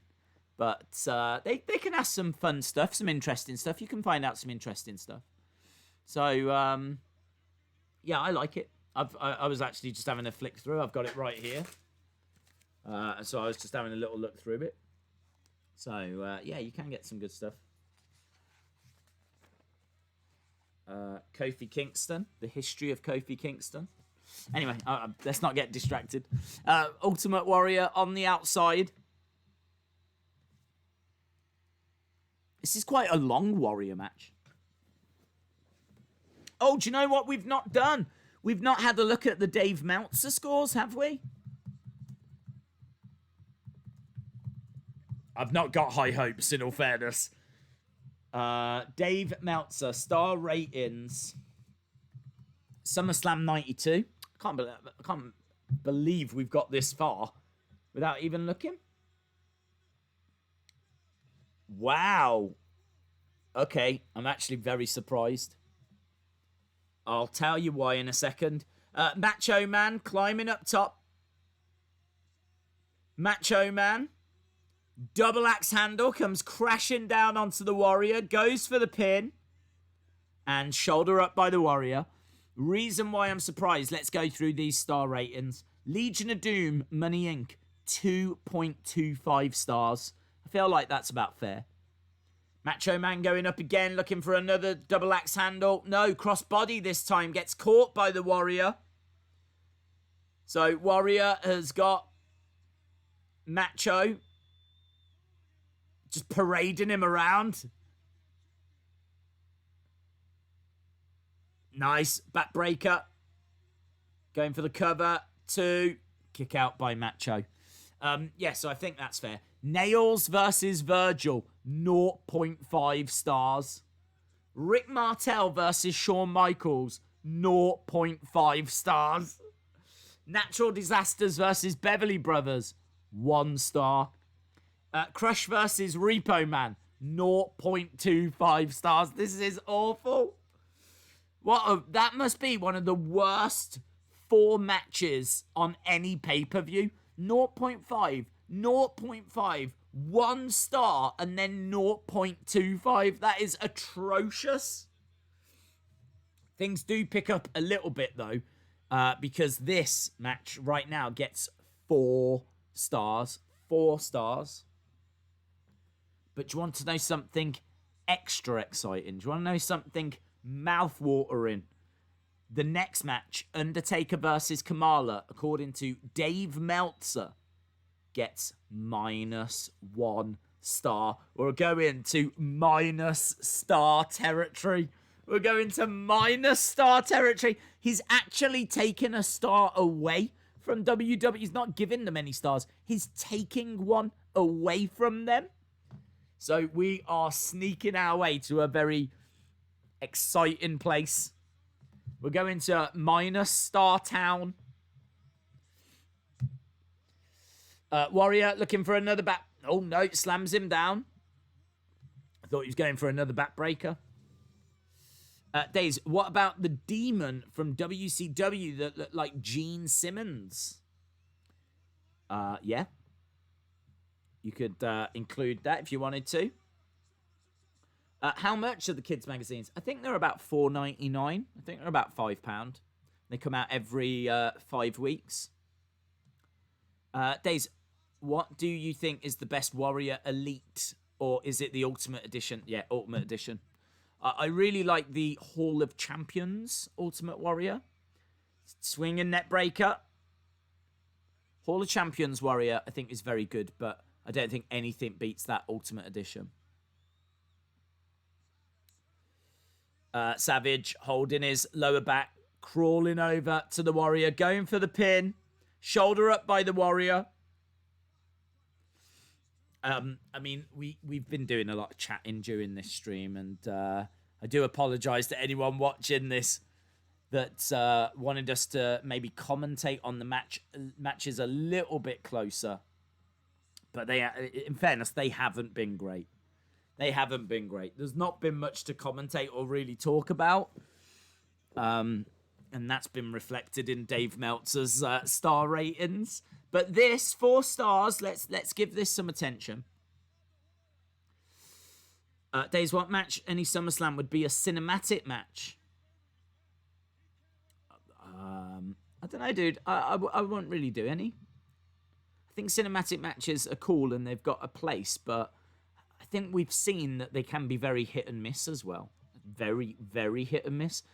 I suppose the Shawn Michaels Triple H street fight, you could naturally turn that into a fight in an alleyway out in a street. But, I mean, that got such good reviews anyway that would you want to change it? Probably not. They probably could have taken one of these matches and done some, do you know what I mean, out on the streets of London, or, do you know what I mean? Gone to the Tower of London, or pretended they were in the Tower of London, but I don't know, would that have been cringe? Probably. It's probably best that we try to keep cinematic matches to a minimum and just really try to do them good. Warrior trying to do a suplex, is it? Suplex to Macho. It does hit a suplex on Macho. It's kind of crazy that this match is as long as what it is. I mean, this might be the longest Warrior match I've ever seen. And Meltzer gives it 4 stars. Let's have a look and see how long it's... I know all the results, so I'm not ruining anything. WWF made $3.6 million in revenue. More than I thought. Over the top goes Warrior. He crashes outside of the ring. This match runs for 28 minutes. This match goes for 28 minutes. That's insane. Macho up top, double axe handle comes crashing down onto the Warrior. 28 minutes this match.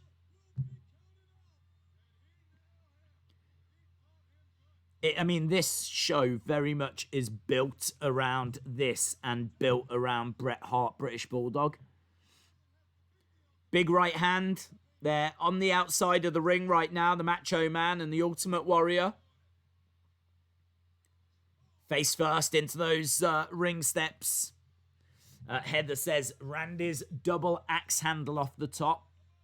Mr. Perfect, Bret versus HBK would have been amazing. Yeah, man. That would have been amazing. Derek says, is it me or does Bulldog's thong sticking out in the final pin make it awkward? The only thing worse is Refrigerator Perry's one-piece red top thong in the WrestleMania Battle Royal haunting. Do you know what? I don't know that I've ever paid it that much attention. But I'm definitely going to be looking out for it now. And I think you might have ruined that match for me. So thank you very much, Derek. Prince Puma's very cool, Sean. Yes, that's a great That's a great mask. Days is okay. We read that. Days. One of my dream matches would have been Macho AJ. Ultimate Warrior thrown into the ring, and here comes Mr. Perfect. Again, don't know if he was injured or what the story was there, but he's coming down with Ric Flair. Kick out by Ultimate Warrior. So Macho and Ultimate Warrior in a proper battle here, really brawling it out, going for pins, really having to dig deep. And Perfect and Flair are making their way down to the ringside area. The story coming into this was that someone, might be joining forces with Flair and Perfect. Is someone going to turn heel? And we can talk about it after the match because there was meant to be something that was going to happen. Knees up by the Macho Man. Warrior goes crashing into the knees. Bad landing, says Bobby Heenan. I want AJ Johnny Gargano. That would be epic. Who was the best technical wrestler of all time? It's really hard to say. We were talking about this the other day, and I don't know that you can really say it's anyone that's WWE because they don't really wrestle a technical style, You could say, you can say the likes of Dynamite Kid or Bret Hart or, Mr. Perfect and all of those, but I just feel like there's probably people out there outside of the WWE that would deserve the title more. Ric Flair talking to Mr. Perfect, and both Warrior and Macho are down. The referee's starting to count. Macho starting to move. Here we go. Warrior starting to get up to his feet as well. Collapsing down, but collapsing onto Macho too. Kick out by the Macho Man. Kick out by the Macho Man. I love WWE. However, WWE will never change unless Vince, Triple H, Shane, and Steph sell the brand. Then there will be change. I got to tell you, that change would worry me. I know a lot of people would love to see WWE go in a different direction, and I do understand that it could be better, but it could be worse as well. I know that you might look at the current product and think, how could it possibly be worse? It could. It could. It just could. They could really give you very silly storylines that don't lead anywhere, don't make any sense. I understand that you can point out several WWE ones that do that, but there's been some decent stuff as well, you know? I think what they've been doing with Edge and Orton has been decent this year. Ultimate Warrior's got Randy up, hurls him into the corner. But the bigger thing, the bigger point is I think Vince is excellent when it comes to the business side. If you look at the TV deals that have been negotiated, if you look at all of the licensing deals, if you look at the contract with the 2K with Mattel, if you look at just all the different licenses they've got out there and where they are as a business, you can criticize them for the Saudi deal, but it's a big deal that generates them a lot of money. You know, you kind of look at it and just think, you get rid of Vince, yes, you could have better creative, but you might have a worse business. You get, I get the feeling that whilst it's in Vince's hands, it's not going to go away. Do you know what I mean? I feel that Vince isn't going to run it into the ground, but someone else might. Ultimate Warrior up top. Double axe handle. Warrior with a double axe handle to Macho Man. Warrior with the pin, and Warrior showing that he would be getting a 3 count if the referee was up. Referee comes over to kick out by the Macho Man. Warrior frustrated there that it took the referee so long. And look at this, the Warrior having a few words. It's incredible seeing Warrior having a match this long.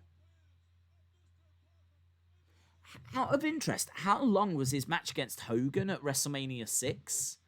Let's have a look, because that's the only other match I can think of that had a decent amount of time. Knee to the back of the Warrior by Savage. In all fairness, Warrior Hogan, that was 22 minutes. So this one does pip it, but still, WrestleMania 6 was significant. David says, fact, Mr. Perfect had a broken tailbone back in 91. The worst face-painted wrestler is Mantar. Here we go, Mr. Perfect's coming in. And he's grabbed Warrior. Flair hits Warrior with a ring. Warrior goes down. Macho Man is trying to get the ref. So there we go. Bobby Heenan thinks that they're working for the Macho Man because they've clearly just punched the Ultimate Warrior.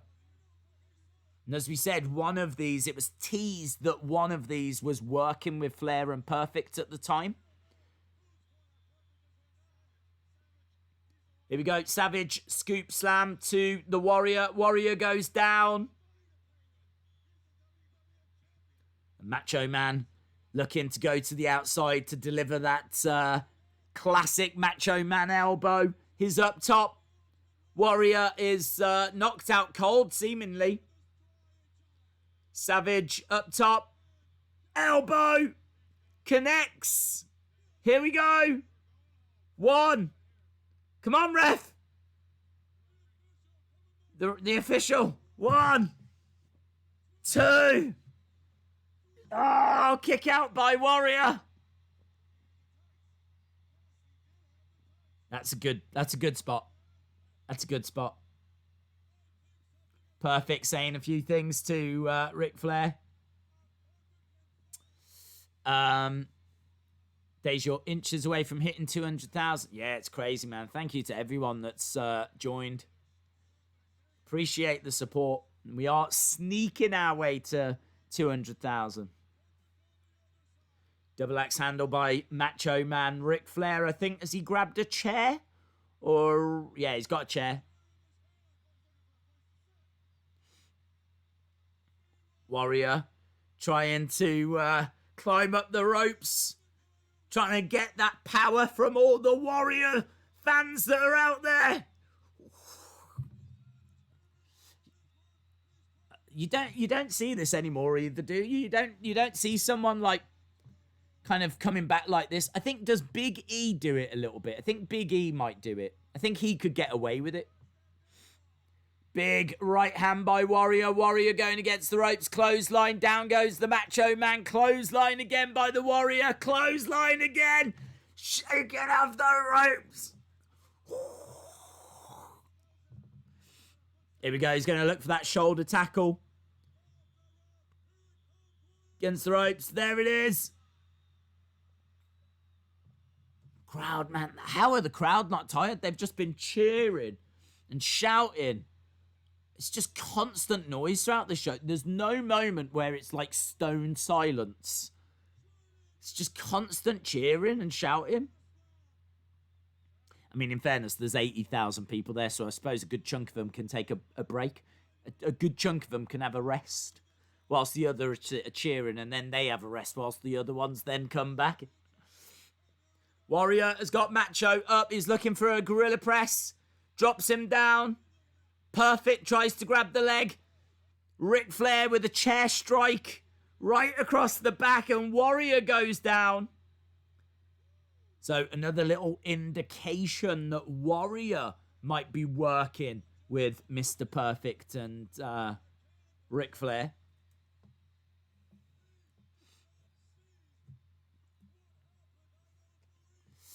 I wish we could have seen Undertaker versus Sting. I agree.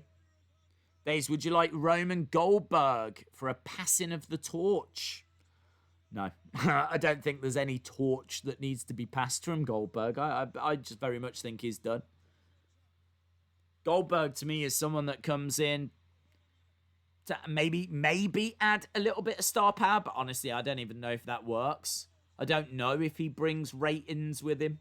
But after him beating The Fiend, I've certainly got no respect for him.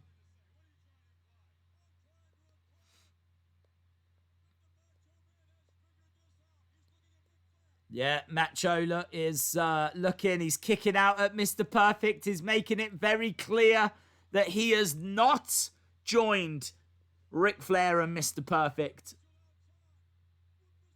It's a very strange story, this. They teased that someone had joined Ric Flair and Mr. Perfect.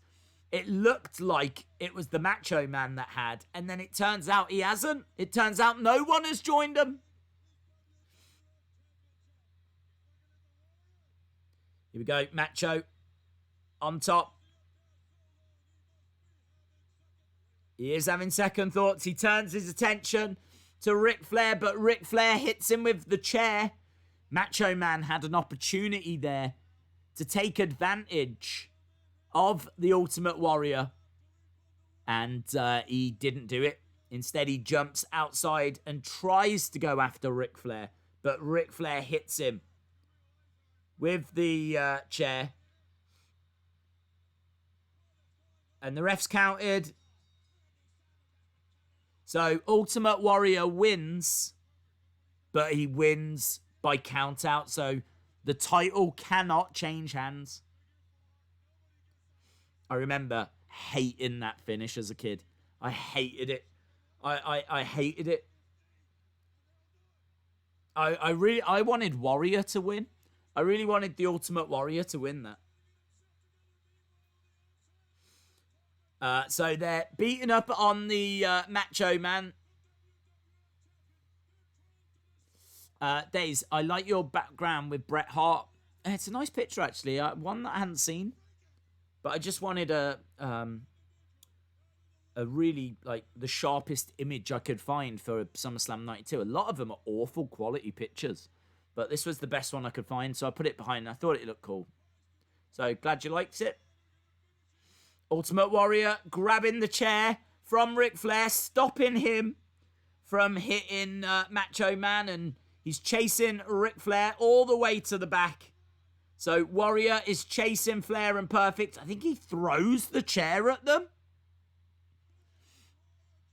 So sadly, Ric Flair and Mr. Perfect very much ruining this match. Really good match. A good fight between Warrior and Macho Man, and it ends with a stupid count out. Very frustrating. Very, very frustrating. Dynamite Kid never had an injury and got better support. The guy was up there. I wish Dynamite had never had that. Bret Hart, he was up there with Bret Hart and Steamboat. Kamala is next. So Macho Man is down in the ring. I'm not sure that Warrior's heard the decision yet.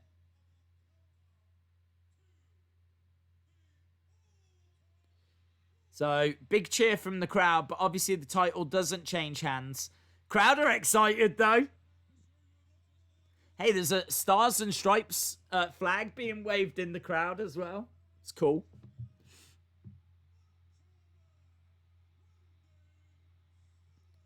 So, Macho Man keeps the title, but Warrior wins the match.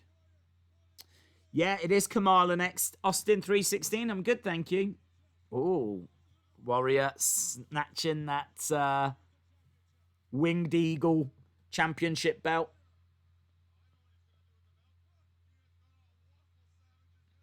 Bobby Heenan says he thinks that Warrior is going to smash Macho Man in the face with the belt now.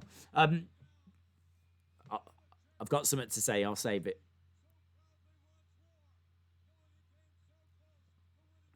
Here we go. He picks up Macho Man. Hands him the championship. They just had a great fight, and there's a real show of respect between the two of them. Look, Warrior helping Macho up, grabbing the belt. That's cool, man. Yeah, so the original plan for this was that it was going to be revealed that Ultimate Warrior was working with Mr. Perfect and Ric Flair, and it was going to be that Warrior was going to turn heel. We were going to get heel Ultimate Warrior at this show, which would have been epic, but he didn't want to do it, which I think is a real shame, because he obviously leaves WWE shortly after this.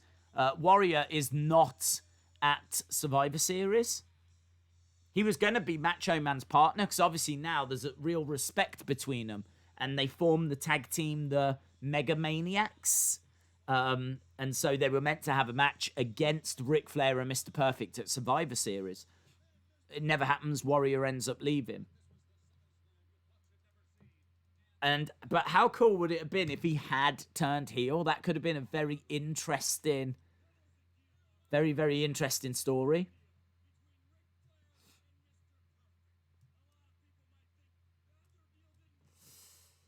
Spider Boy, shout out to you, my friend.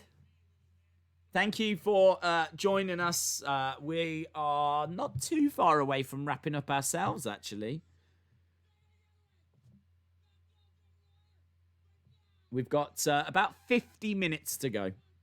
So 2 matches left, 50 minutes to go. We've just got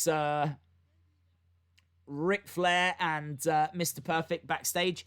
We're going to Undertaker, Kamala, and then we've got one of the great WWE matches of all time, Bret Hart, British Bulldog, to end this show.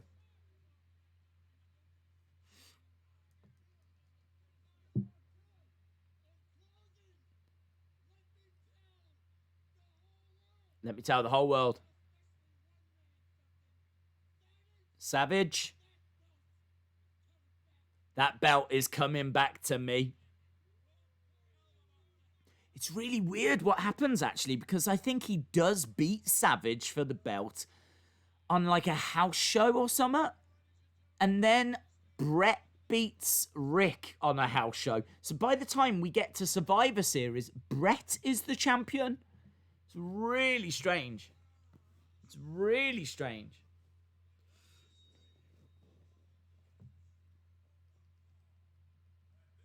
Right, we got Harvey Wimpleman in the ring. Dr. Harvey Wimpleman.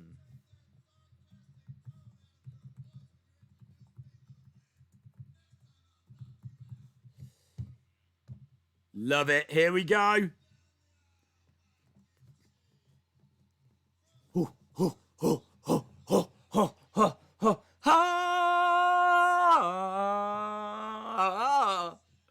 I love this music. I've always loved this music. It's so different to anything else. That tribal kind of chanting. I've always loved it. Even as a kid.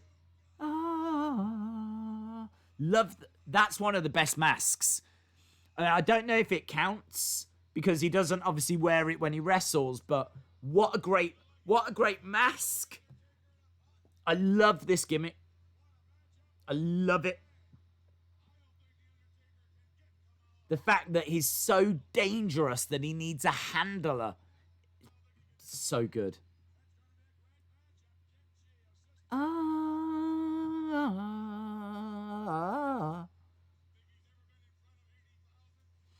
Bobby Heenan says, do you think this guy's been in front of 80,000 people before? I mean, that was a big part of it. It's like, how is he going to react? And look at this for an entrance. Paul Bearer making his way down and behind a hearse.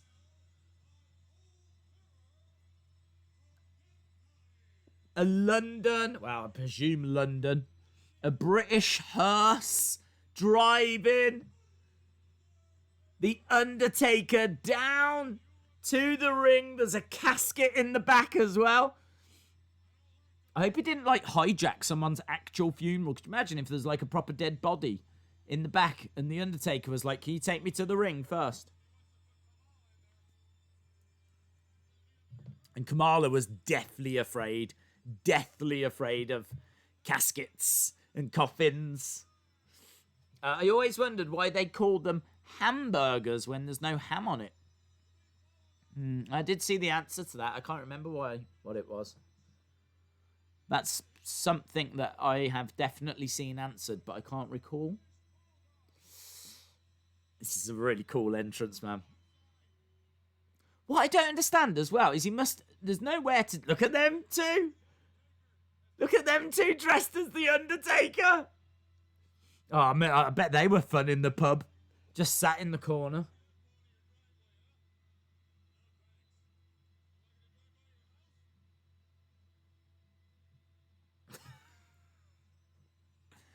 Would you like another one? Or did you have fun at the wrestling? Or...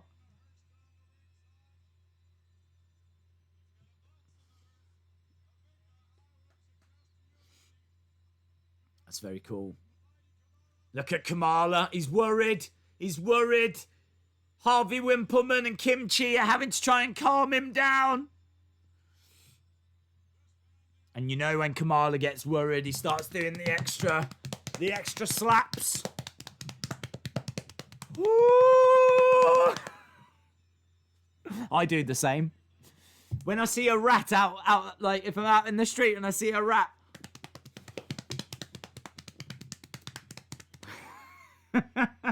Hey, a foam tombstone, yes!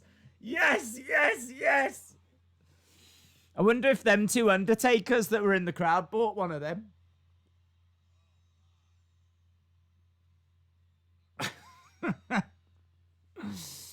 Yeah, he's having to back it up. He's having to back up that hearse. It's not as cool going backwards, is it? Beep, beep, beep, beep, beep, beep. But yeah, he's having to reverse it. It's a long way to reverse, isn't it? Having to go all the way back up that entranceway. Monica says, I love this entrance. Big strikes coming in by The Undertaker. Kamala backed into the corner. Undertaker choking Kamala. Kamala's a face-painted superstar, isn't he, as well? Always forget about Kamala's face paint. Love Kamala. Love him. Vince says you won't see a lot of scientific skills on display in this match.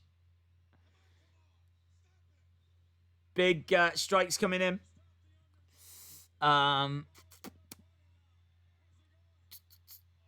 Rat starts clapping back. Oh, what? The Rat stands up, starts doing the same. My God, what a showdown that would be.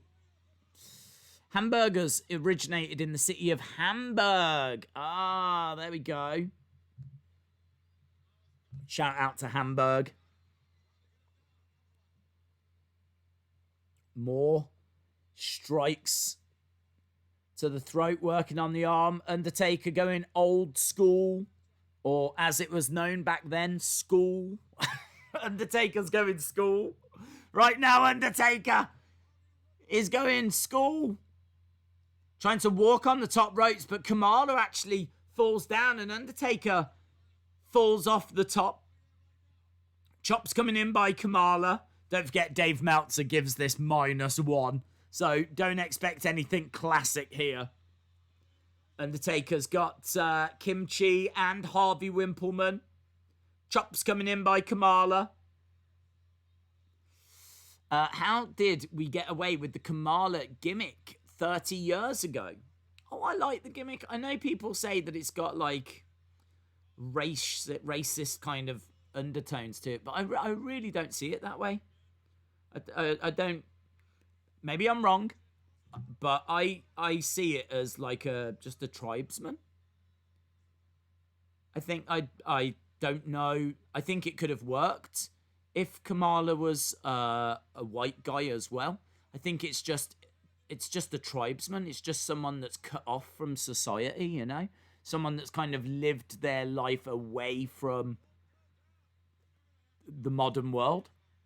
And I love the fact that, like, is he a cannibal? Like, what's he going to do? He needs a handler to try and cope with the modern world. So, yeah, it always disappoints me when that gets brought up, because I've never viewed it that way.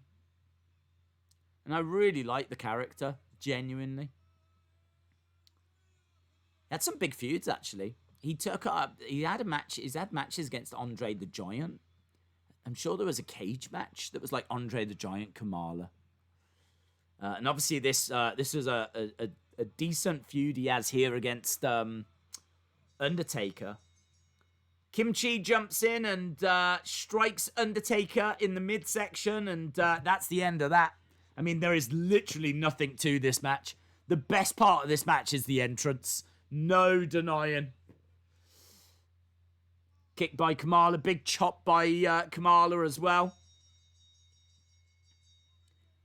Big splash in the corner. And again.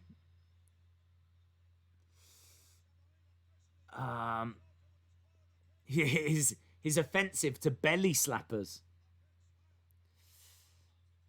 That might be my new band. Me and you could start a band. Mr. Rotella, the belly slappers. We'll do country covers. Taylor Swift and the belly slappers. That works. Kamala with a big splash comes crashing down onto Undertaker. And Paul Bearer holding up that urn, trying to get the power to the Undertaker. See if he can withstand this punishment. These splashes are some of the worst splashes I've ever seen. Kamala really struggling there to do a simple splash. Couple of splashes.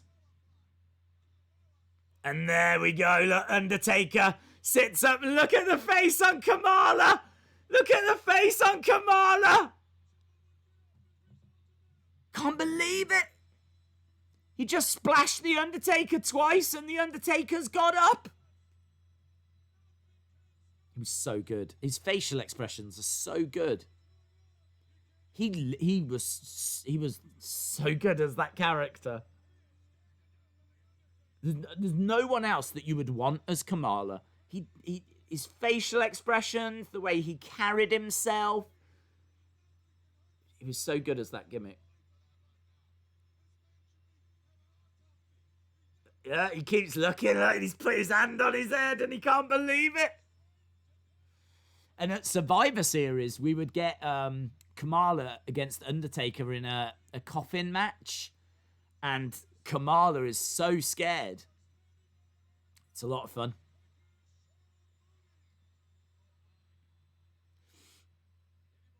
Hey, here's Davey Boy. So that's it. One match left.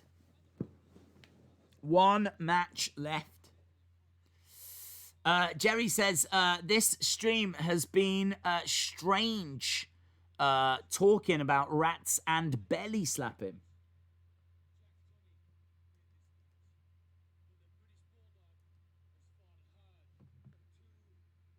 Bulldog has fought hard for 2 long years to be the #1 contender. I mean, man, this is really putting the IC belt up there, isn't it? He says, I've worked hard for 2 years just to get a shot at the IC. And think about Matt Riddle within the space of a week gets an opportunity at the IC championship. Whereas here, it's main event in SummerSlam, and the British Bulldog is talking about working hard for 2 years to get this opportunity. See, that's the problem. When it's so easy to get a title opportunity, it devalues the titles.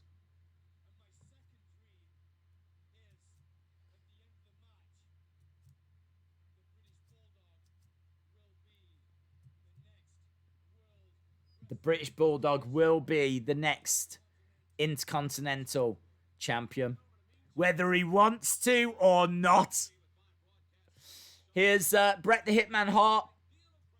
IC belt on a black strap at this point. Probably more famously on a white strap, isn't it? That's what people will be used to seeing it, but it's on a black strap here.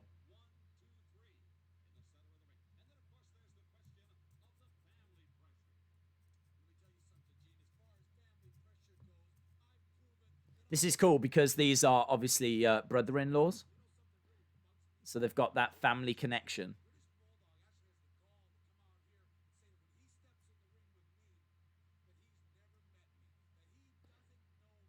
Bret says,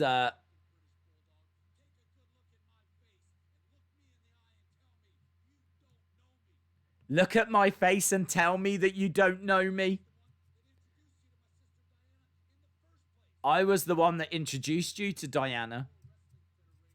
It's good, man. You wouldn't be where you are in the World Wrestling Federation if it wasn't for me.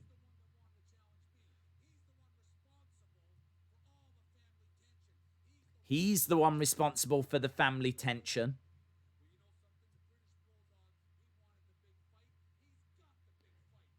This is, I know this is one of Bret Hart's favorite matches because he has to work so hard in this match.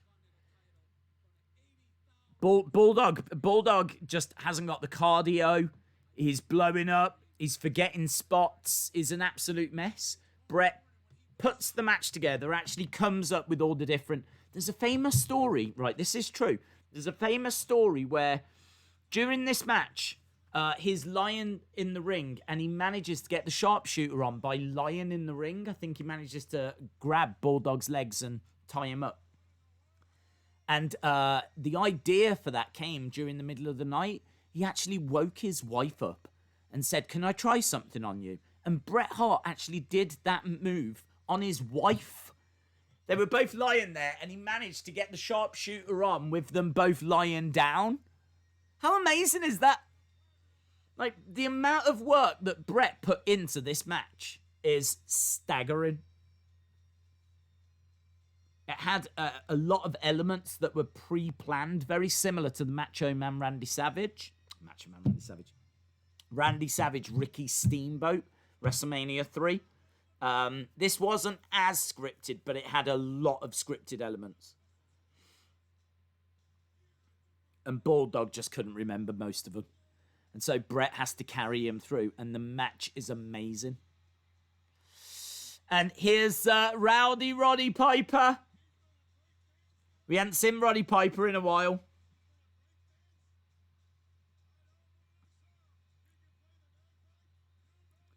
So just before we get to the main event, look, we've got all these bagpipe players. And they give some to Roddy Piper.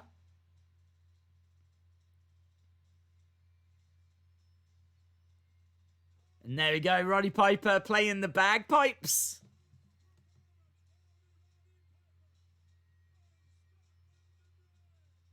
That's great, man.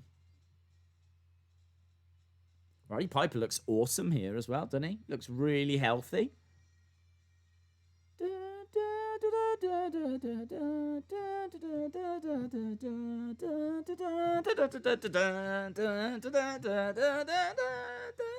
This is really cool.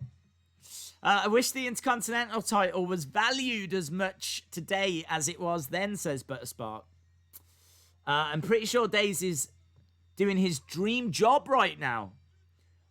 This very much is a dream.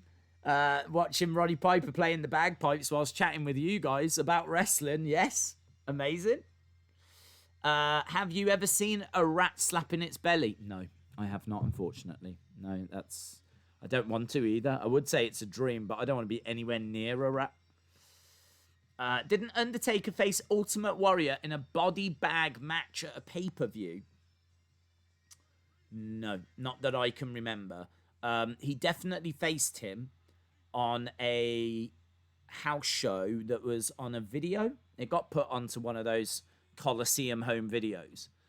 And Undertaker around that time was putting his victims into body bags. Like when he would beat jobbers, he would lay out a body bag and then he would put them inside. So I've definitely seen a match where it's Undertaker Ultimate Warrior and there's a body bag that's introduced. But it was never on a pay-per-view.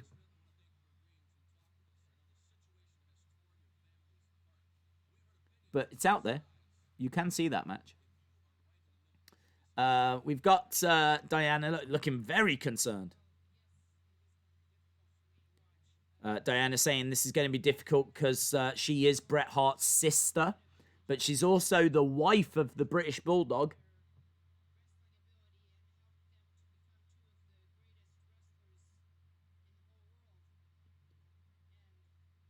She's got lovely hair. Diana says this is going to be the biggest match of their lives.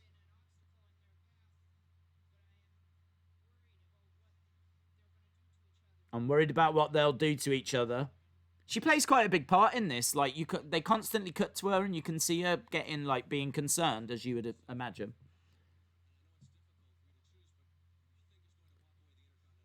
Who do you think's going to win? She says, I'm not concerned who wins. I love Bret and I love Davey.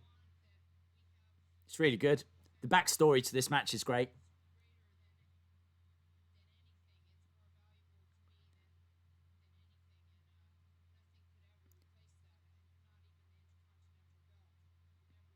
I love that line. She says, the bond I have with Bret and the bond I have with Davey is... it's everything. Nothing can replace that. Not even the Intercontinental Championship. I think it'd be very disappointing if the Intercontinental Championship could replace your relationship with your brother or your relationship with your husband. I mean, I do love my husband, but ooh, the Intercontinental Championship.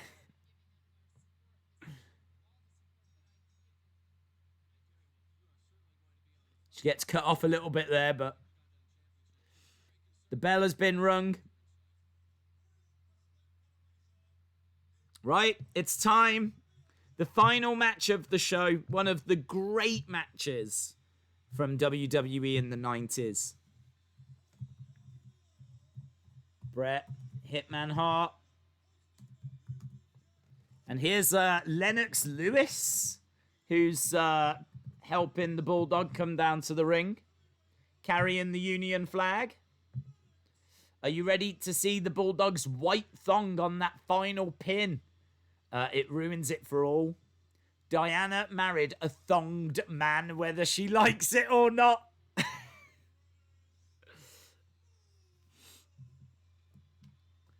Here comes Dave. I've always been fascinated by that clasp as well. I've always felt like that's a really big, excessively big clasp that he wears around his throat for the flag, the cape.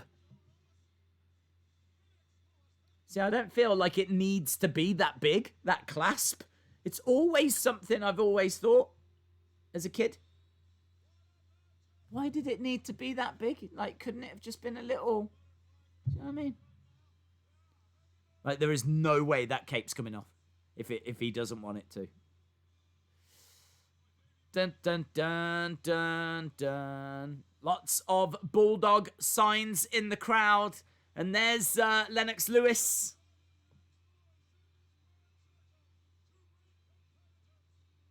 Bum, bum, bum, bum, bum, bum, bum, bum, bum, bum. Yeah, Lennox Lewis. Pablo Gamer, shout out to you. Days, do you watch Star Wars? I need to catch up with them. I've seen the first, 5. There's Attack of the Clones I never saw, and I haven't seen any of the recent ones. So I need to catch up. Dun, dun, dun, dun, dun, dun, dun, dun.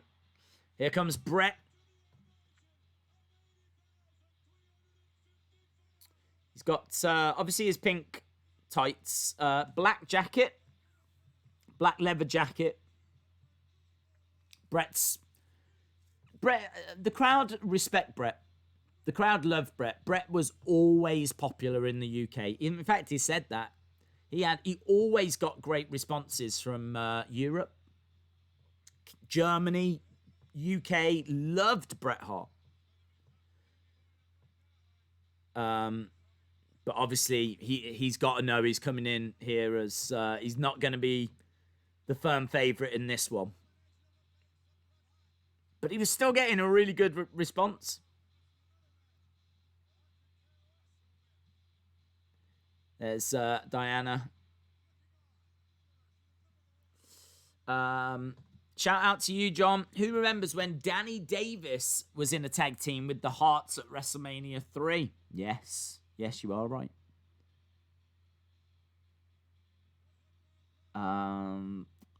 Joe, shout out to you, my friend. Shout out to everyone that's joined us this evening. I know it was a little bit lastminute.com. We didn't know what we were going to be watching yesterday. We didn't even know we were going to do a stream, but a really great show to go back to. I got to tell you, it's not a great show. Like, the matches, the undercard, I've seen this show quite a few times, so I know that it's nothing to write home about.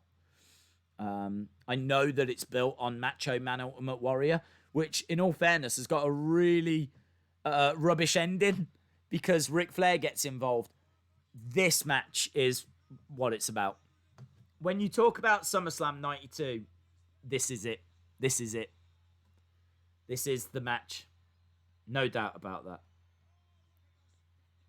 We've got just under half an hour to enjoy this classic between Bret the Hitman Hart and the British Bulldog, the main event of SummerSlam 92 for the Intercontinental Championship. And just watch the work that Bret does in this match. Just know that the British Bulldog is not in a good place mentally here. I mean, he's got a lot of, he's going to turn up and do a job, but his cardio's not great. He starts forgetting spots, and Bret has to really walk him through this. Daze, did you see that Volta posted a picture of himself on a plane? No, I did not. That's amazing. Didn't Undisputed Era attack Imperium? And, nice. Bret goes to the outside.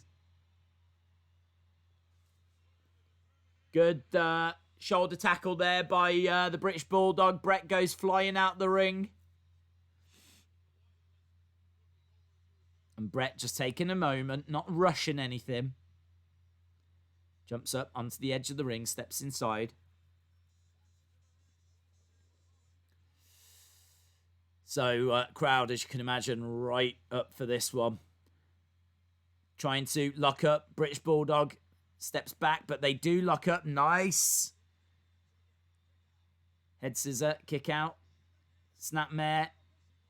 Lovely. Bulldog trying to get the head scissors, but Bret not allowing him that time. Just little things like that, you know. Bobby Heenan says these two are very evenly matched. Against the ropes, lovely power, but couldn't quite get it. Bret rolls up, Bulldog. It's brains versus brawn, isn't it, this one? Bulldog's greatest strength is his power. Bret's greatest strength is his technical ability. He does. He's got great agility, Bret Hart. Brilliant. SummerSlam 88 for the next stream, says Rhea Ripley's boyfriend. Certainly stands a chance. Certainly stands a chance. James says, I've watched this loads too because it's Wembley. And it's our only ever main pay-per-view. Sonny says, how is Kia? She's good, thank you. Yeah, she's all right. She's all right. She's fat. That's how she is. She's fat. I've got no problem in fat shaming my dog because she is fat. She'll come to me and I'll always give her a little something. Then she'll go to, like, my mom and she'll give her a little something. And then, you know, she'll have her own food. And then someone else will come, pop round and they'll end up giving her a little something. She just goes to people getting little summits. You never feel like you're giving her much. You just give her, you know, a little something, a little biscuit, whatever. She's just fat. She's a fat dog. So, Kia, if you are watching, you're fat. Nice. Escape by Bulldog, who manages to reverse that hold, and now he's working on the arm of Bret. And you can see Bulldog taking a deep breath already. We're only a few minutes in.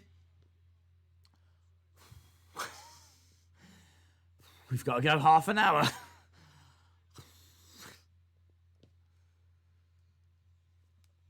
So both guys showing their technical abilities.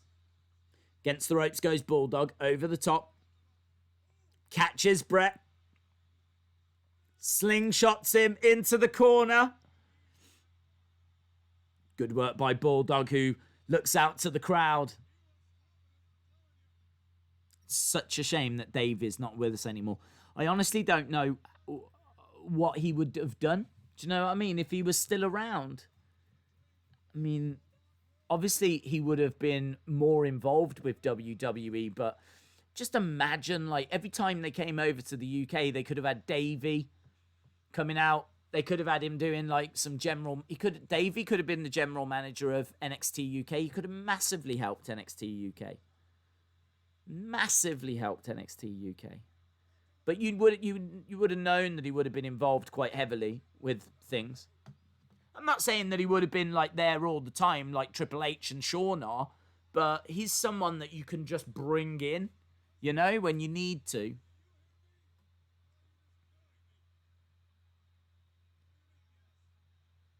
Bulldog in control. I have a husky that tries to steal my food and a cat that likes to eat beans. Days, I have a dog named Noel. Oh, awesome. I love dogs. Clever dog. My Jack Russell used to do that as well. Yep. She loves food, man. It's all she lives for. Food and walks. That's it. She gets so excited when she sees people. So excited. She's just a lovely dog. She gets so excited. She's mainly excited because in her head she's thinking there's a great opportunity here for either food or a walk, and I don't care which one. And if I can eat whilst I'm walking, that might be my dream day.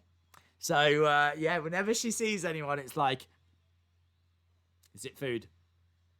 Are we going on a walk?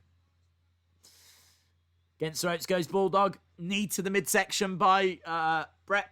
Bulldog goes down. Few boos there for Bret. He had to know that that was going to be the case.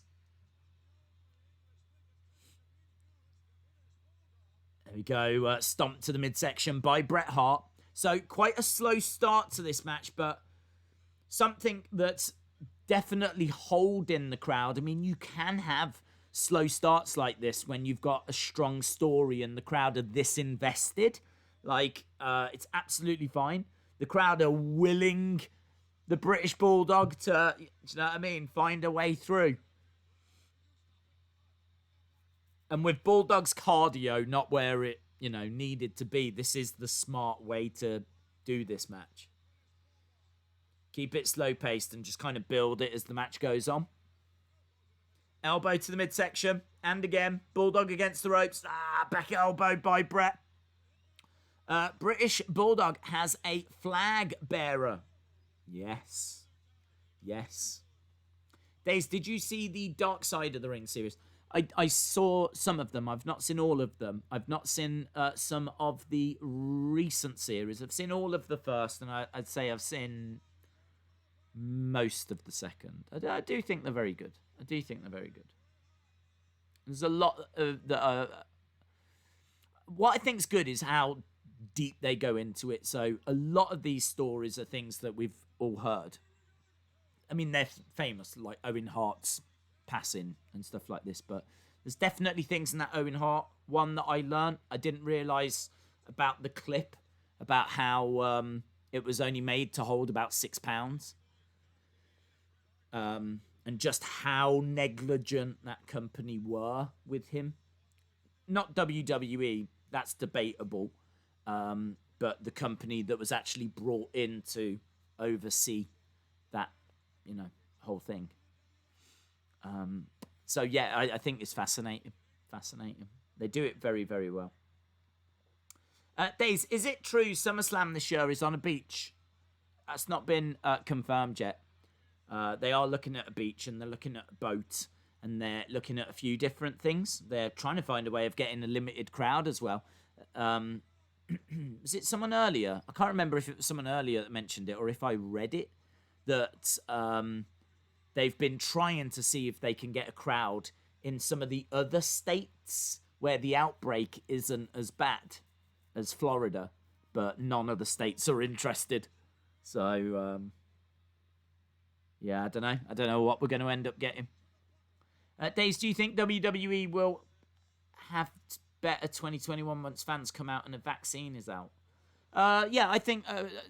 look, I think you're really seeing this show in particular is showing just how much a crowd adds, because this show is not a great show. There's no denying that what you get in ring is very, very poor. What carries it is the size of the venue, the size of the crowd, the constant noise, the buzz, the excitement. There's not much in the way of chanting and cheering. It's a very, very young crowd. But, I mean, look, Bulldog now hurling Bret across the ring and the crowd just erupting. Anything the Bulldog's doing is getting such a reaction. Just constant screams, constant noise. I'm not sure that WWE fans kind of give you this kind of reaction these days, you know? We're all a little bit smarter these days, aren't we, you know? Dare I say a little bit older? I don't know that the crowd has got as many kids in it. I think basically all these kids grew up and were still watching. So, yeah, I think it will be better when a crowd comes back. They don't even need to change anything, and it will be better when a crowd comes back. But hopefully they do change things. Big boos for Bret as Bulldog goes crashing outside, and look at those scenes. It's an absolute sea of humanity. It's kind of crazy to me that there's only 80,000 there, because I know that stadium held 80,000, and that's without people on the floor. And if you see how many people are on the floor, kind of look at it and go, how is there only 80,000 there? If you told me there was over 100,000 there, I'd believe you. I'd believe you. There we go. Look, there's a concerned Diana. Bret on the outside, smashing Bulldog into the ring post. Drunken Hawk in the opening match tells you this is not a good pay-per-view. The Von Erichs was the best one on the dark side. Yeah, that was very insightful. Brody's one was good, yes. Yep. I like Dino Bravo's as well, actually, because Dino Bravo, I didn't appreciate how big of a star he was. So, kind of finding out a bit more about Dino Bravo, his financial troubles, just, you know, how great of a wrestler he was. Because I know Dino Bravo as the blonde guy that wasn't all that. But finding out that he was a massive star in Canada, and he had reservations about going to WWE, and then they started to, you know, turn him a bit silly and made him dye his hair blonde. It's really interesting. Uppercut by Bret. How long have we got out of interest? We have got... Oh, we've only got about 15 minutes. 15 minutes! Days down here in South Carolina, in the US, COVID is bad. Were just required yesterday. Masks are required and we're opening schools. Just stay safe, man. Stay safe. I mean, obviously our thoughts still go to our great friend Anna Dawes, who sadly lost her brother. And just awful. I mean, we found out about that news on the stream the other day. And I have reached out to her in like the DMs and whatever, and she responded back. I mean, obviously I'm not going to go into details, but just what you would expect, her basically saying it's come as an awful shock, you know, awful. Just, he was healthy and everything as well. That's what I'm saying. I think it's, you know, an important thing to the message to send out there. It's very important because you see all these numbers and, do you know what I mean? Like new cases and deaths going up, things like that. And I think the impact of it can be very lost on people. Certainly on me. Certainly on me. I'll hold my hands up. You see the, you know, the new cases, the new death rates, and I don't know. It's hard to appreciate that those are people that have passed away and that those are lives that have been lost. And yeah, Anna said that her brother was fit as a fiddle, healthy, absolutely fine.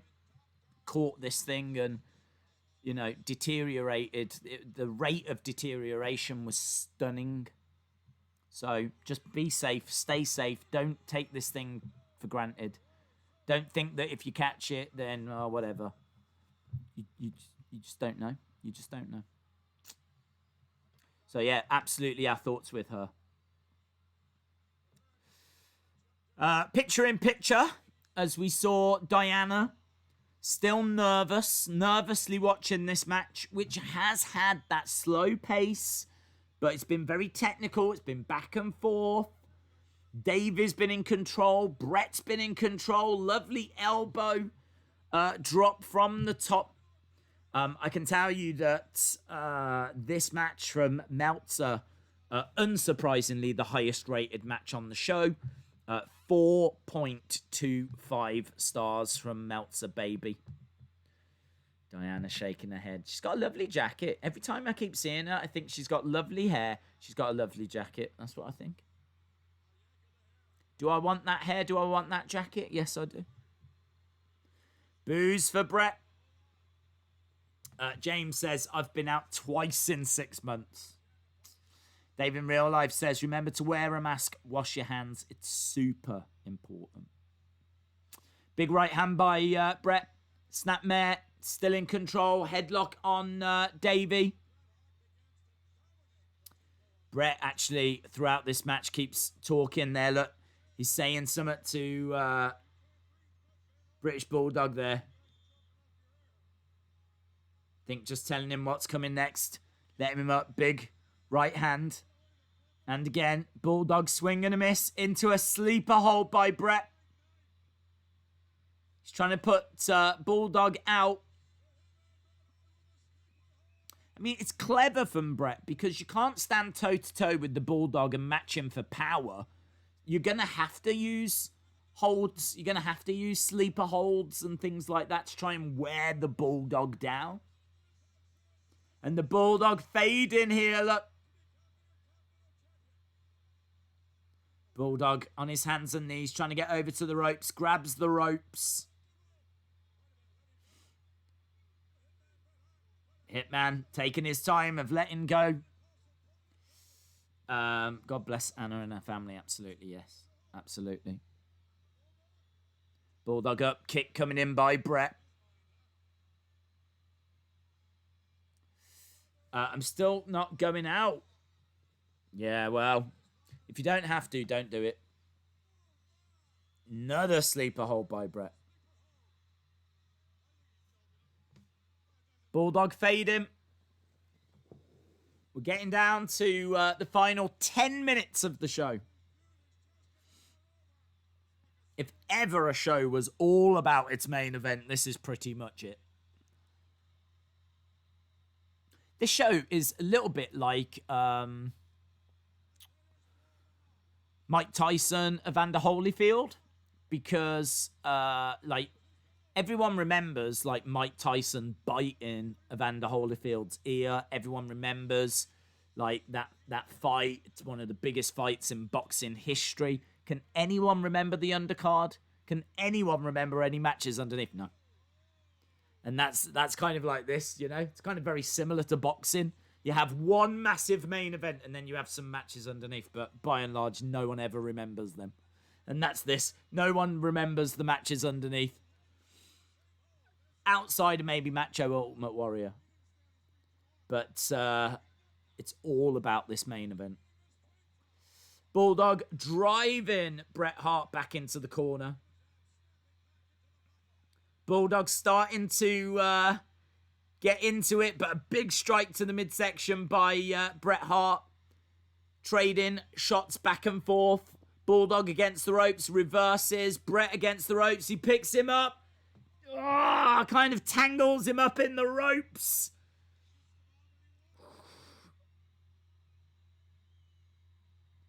Got caught on that middle rope there. Bulldog, you can tell, really struggling.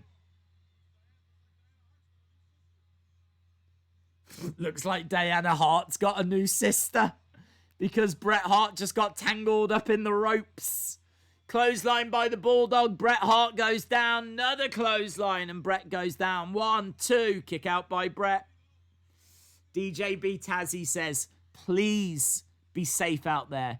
Working in baseball, it's not looking good right now. A couple of the teams had to get shut down, so please be safe. Prayers go out to Anna's family. Well said, dude. Well said. Shout out to DJ B Tazzy. If you've not seen his watch-alongs, they're so much fun. Definitely recommend that you check them out. Just if you enjoy hanging out here and just chatting and whatever, DJ does very similar over on his channel, and I know a large part of our community go over there. So big shout out to DJ B Tazzy. Standing delayed vertical suplex by the Bulldog, who pins Bret. Shoulder up. Shoulder up. The sleeper hold is a great way to call a match. So it probably helped Davey. That's true. That's very, yeah. Great point.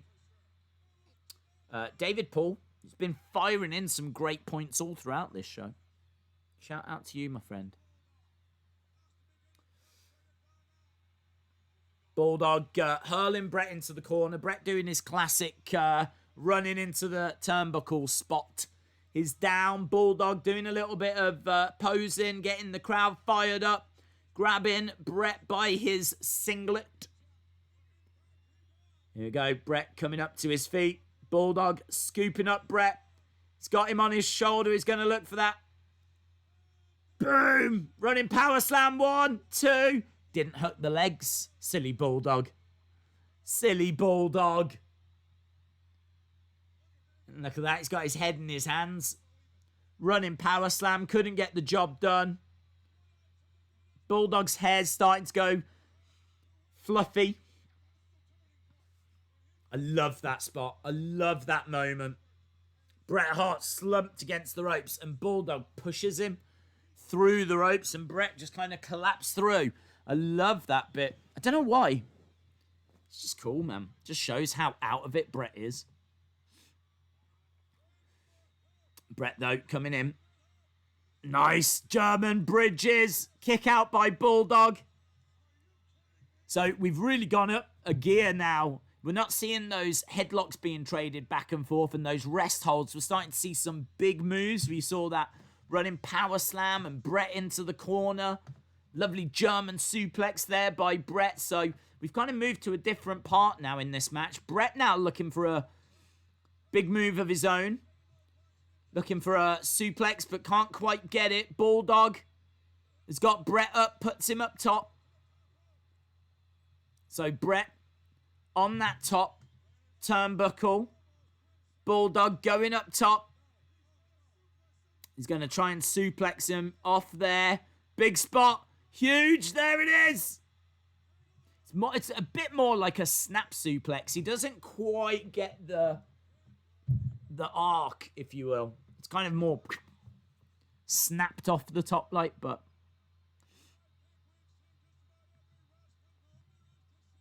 Vince says, I think we've seen every wrestling move there is to see. Fun fact, we're not even close. Against the ropes. Bulldog, double clothesline. Bret clotheslines Davey. Davey clotheslines Bret. Both guys are down. And there's still so much noise coming from this crowd. This bit here, look at Bret putting the sharpshooter on.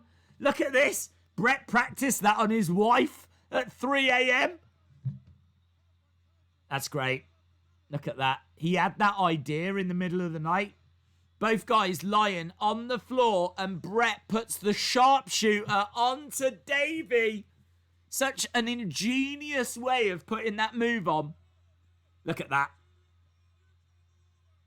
Isn't it funny that that little moment there is something that you might not think about or necessarily notice, but that is something that Bret Hart woke up about in the middle of the night. He woke up thinking of a new way to put the sharpshooter on. So good, and Bulldog manages to get to the ropes. Breaks it. Big strike by Bret. Back and forth this match. Bulldog has Bret against the ropes. Bulldog goes down. And there it is. The Bulldog gets it. It's a little bit against the run of play. It's not as if the Bulldog's got loads of moves and momentum and all of this. It's a little bit of a mistake by Bret in a way. Bulldog just manages to hook the legs. Kind of keeps Bret looking strong. He loses clean, which is brilliant. So it's a clean win for the Bulldog. But the way that it's done, it's not as if the Bulldog has got loads of offense. It's kind of done like, he just manages to just steal a pin, in a way. There's Diana. Bulldog wins the Intercontinental Championship. Just a really solid wrestling match. That's what it was. Bobby Heenan says, that's the belt, stupid. Put it on, you've won it. Bret, gutted.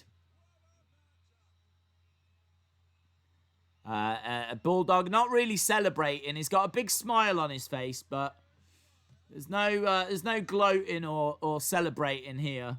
That's his brother-in-law, a man that he's known for many, many years. He sticks his hand out. Hey, I still never noticed that thong. I didn't notice it.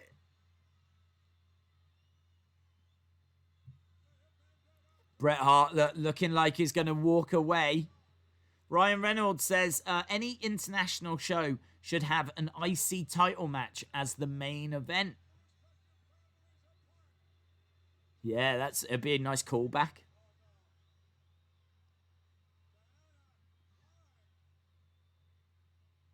Diana's crying. Look, Bulldog's in the ring. He's got his hand out. He's like, come on, Bret. Come on, Bret. Bret does shake his hand. Look, now everyone cheers. That's what the crowd wanted. Good match. British Bulldog win, but they're friends after. Aww. Bret holds up Davies' hands, and here's Diana.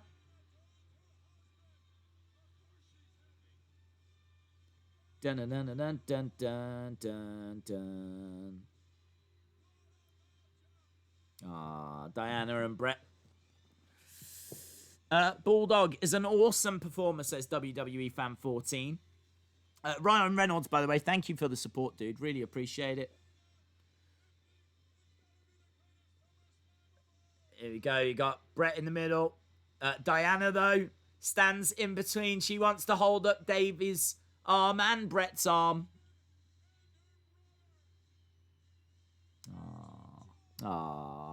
Bulldog has done it. His dream has come true. Do you think the Hart family are cursed and regret being in wrestling? I don't think so, David. Shout out to you as well, firing in loads of great points. David P85. No, I think wrestling is their life. Stu Hart was an incredible wrestler and obviously ran Stampede. And I just don't think you could take the Hart family out of wrestling. I think Helen Hart kind of had enough. I think there's quite a few members of the family that probably feel that way, but I don't know that the guys would change it. I mean, I don't know that like someone like Natalia, if you was to ask her, would she change it? I don't think she would. Fireworks going off, shooting off into the London sky. Dun dun dun dun dun dun dun dun dun. Cheerio, everybody! Who said that? Was that Lord Alfred Hayes? Cheerio, everybody! Dun, dun, dun, dun, dun, dun, dun. I tell you what. And that's the end of the show. I tell you what. Right, I really feel this is going to sound stupid, but I really feel like I've seen something. Like, I know that sounds silly, but when you get a show in an arena, which is an arena like, say, Barclays or Staples, and the staging is no different, it can just feel like Raw, or it can just feel like SmackDown, because those are the same arenas where we get Raw and SmackDown. And now they don't do anything special, like, in the entranceway. It's the same staging. Like, it's literally just the graphics that change. You know, I mean, we get decent sized matches on Raw and SmackDown. I mean, we've been seeing Asuka versus Sasha, and do you know what I mean? Like, all these big matches on Raw and SmackDown. But the big thing about those stadium shows is you really feel like you've just seen a show. Even though it's not great, I really do feel like I have just watched something. So I think that has to be reflected in the score. I think the main event has to reflect in the score. But I think it's fair as well that we reflect how rubbish the rest of the matches are. Like Meltzer giving 0.5 stars, 0.5 stars, 1 star, and then 0.25. And then -1. 5 out of 8 matches, 5 got 1 star or below. Like, there's no denying this is not a great show. But I think you do have to factor in the venue, the crowd, the excitement, do you know what I mean? There's a lot more that kind of goes into it. So get your scores here. John, this is going to be a hard one to score for me. It's going to be a real hard one to score. A real hard one to score. Let's see what you guys say. John says 675. Butterspark says lovely ending. Nightmare's mom, shout out to you, my friend. Says great match, great stream. Thank you for joining us. Shout out to Nightmare's mom. Days, I have a dog named Angel that passed away. I'm sorry to hear that, Joe. We never had a dog. But then when the family moved here to this house, it's got a much bigger garden, and obviously we're more in the countryside. And so it was decided that, yeah, okay, we can get a dog. So we got a dog, and man, I can't imagine life without her now. It's just like she's always there. When I get up, she's there at the bottom of the stairs. When I get back, she's at the door. When, you know what I mean? She's just always around. So, yeah, big dog fan. So sorry to hear that she passed away, dude. You got them memories. Sunny Wolf says 8 out of 10. WWE Fan 14 says 8 out of 10. This one felt epic, and it felt like its own event, says Butterspark. Thanks for the mention, Days. No worries, David. Thank you for joining us, man. Kevin gives it an 8. David Paul gives it a 7. Joe says great stream. Shout out to you. Austin says new emoji. Yeah, I added a scenes emoji.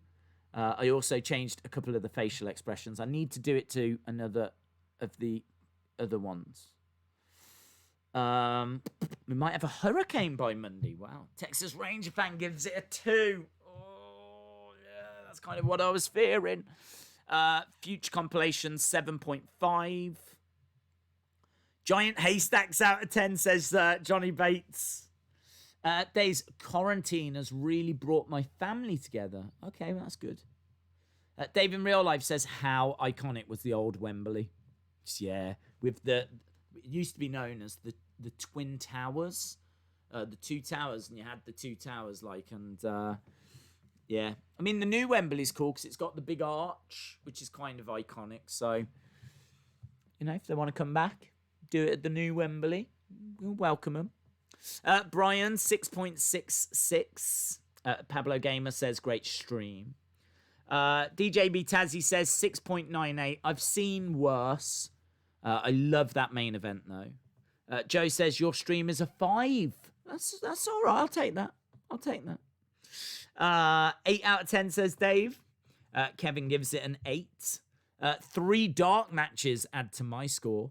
Yeah, it's really random, but Tatanka versus Berserker, I think, happens after Undertaker Kamala, and we never see it. It's not on the show. But they do show it on, like, Superstars or... I don't think... Well, it wasn't Raw, obviously, as we said, that wasn't around. I don't know if it was Superstars or if it was Primetime Wrestling, but they do get shown those missing dark matches, so... It's not as if they've never been seen or they're lost classics or anything. They're definitely not lost classics. 9.5, says Butterspark. 7.1. Stream 10 out of 10, says Imtiaz. Shout out to you, dude. Austin 316, shout out to you. Imtiaz with a 7. Rhea Ripley's boyfriend says stream 10 out of 10, but the show is 6. A stream can never be under a 9.5. Great stream, Days. Texas Ranger fan, shout out to you. Days, my grandma passed away in February. I'm sorry to hear that, Joe.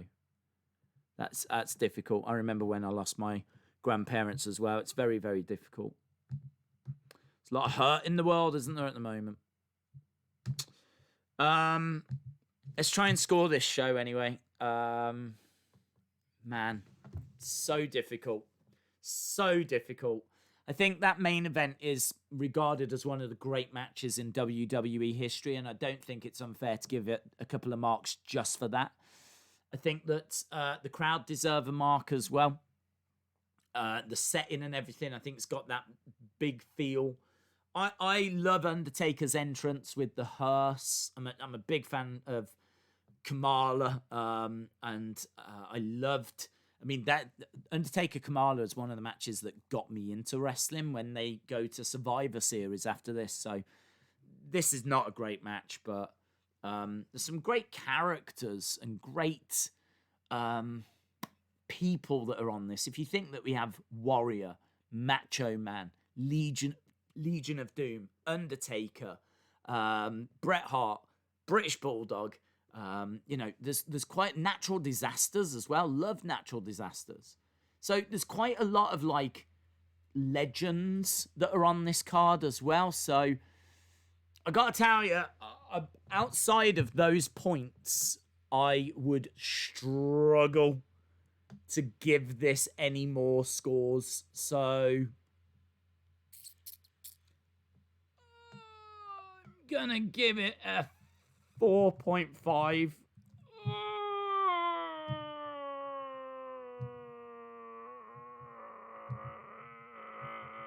It feels harsh. Maybe I can go 5 because I did like Roddy Piper. Roddy Piper playing the bagpipes, that was cool. That was cool.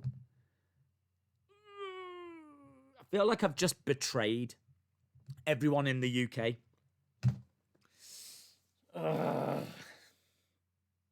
Do I like that score? Yeah. I think that's fair. I really think that's fair. I don't think that you can look at this show and look at, you know what I mean, like Nails versus Virgil, Crush versus Repo Man. I mean, there's so much in this that's just not great.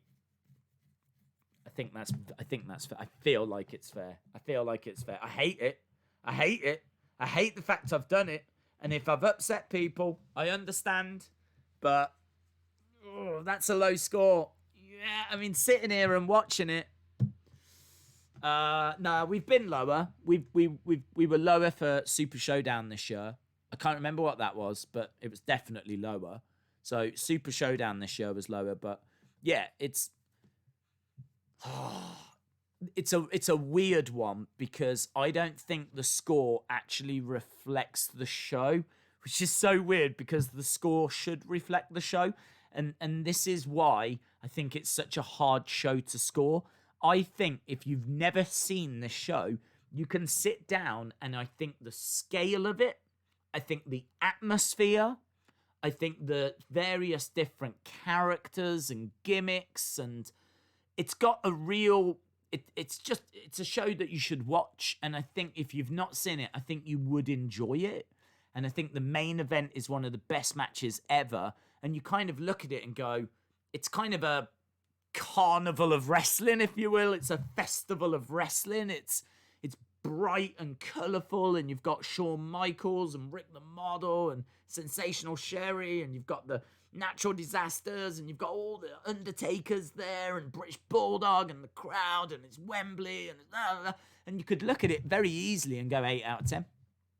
For all of that, you could go, yeah, 8 out of 10.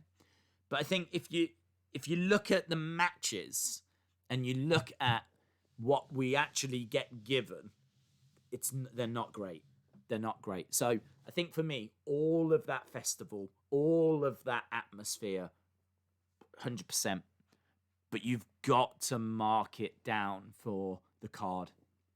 I think the match quality just really lets this down.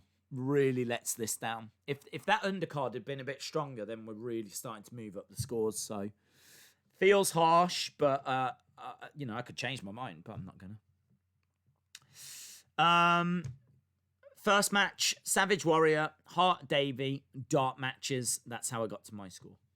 Undertaker, greatest all time. This pay-per-view is rated same as this past Monday's Raw. Did we give that a 5, did we? If that's what it is, that's what it is. If that's the score that I felt about Raw, then this Monday, then so be it.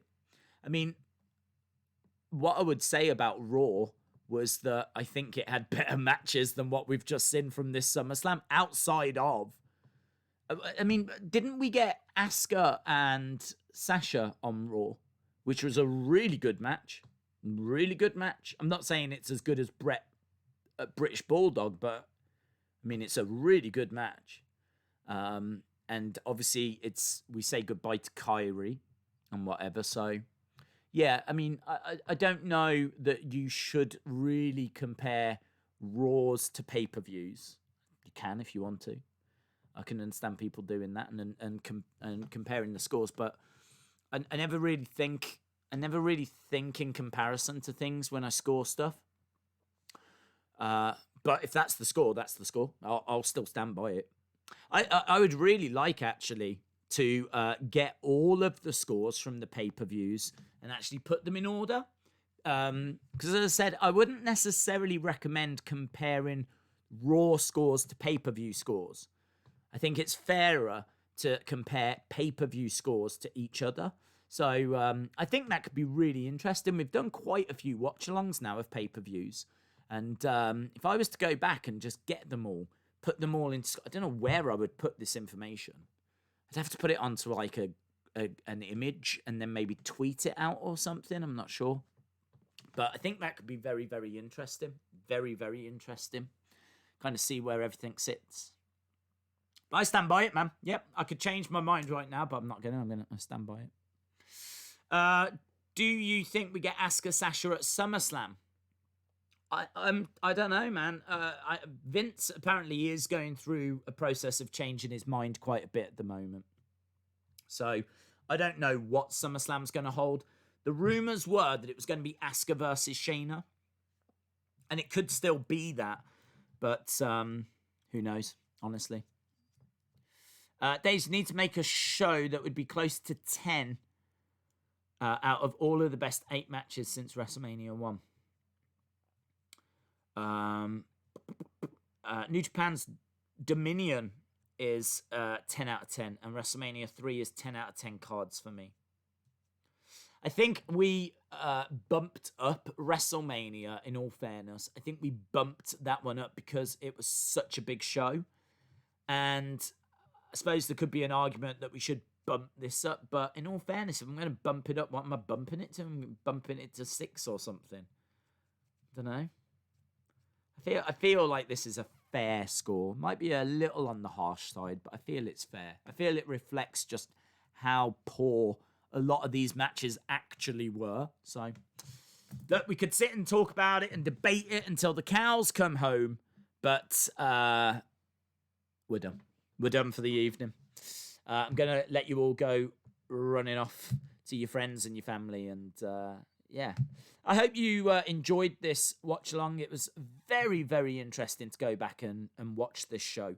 It's just great to kind of hang out and just have a bit of a chilled chat. I know for large parts of it, we weren't really talking about SummerSlam 92, although we were. We've thrown in a few facts and figures and a few little fun little things that you might not have known. And it's such a classic show that it was really great to go back and revisit. Of course, we are back tomorrow for SmackDown. We've got Wrestling Escape Pod after, which is all about video games, which has taken me forever to edit. It's a nightmare. So we have got that coming up as well. Saturday, we've got UFC. Sunday, I'm not too sure. Obviously, Monday, we've got Raw. Yeah, I'm sure we'll find some other watch-alongs to do very, very soon. So, awesome, guys. Thank you so much for joining us. It's never lost on me on how incredible it is that so many of you stop by for these retrospective watch-alongs. It's brilliant that we've got such a vibrant, kind of passionate kind of community that just really enjoy hanging out with each other.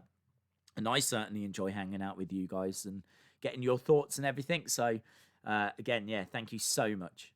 Really do appreciate it. So, thanks a lot for watching, guys. And hopefully see you again next time. As we said, back tomorrow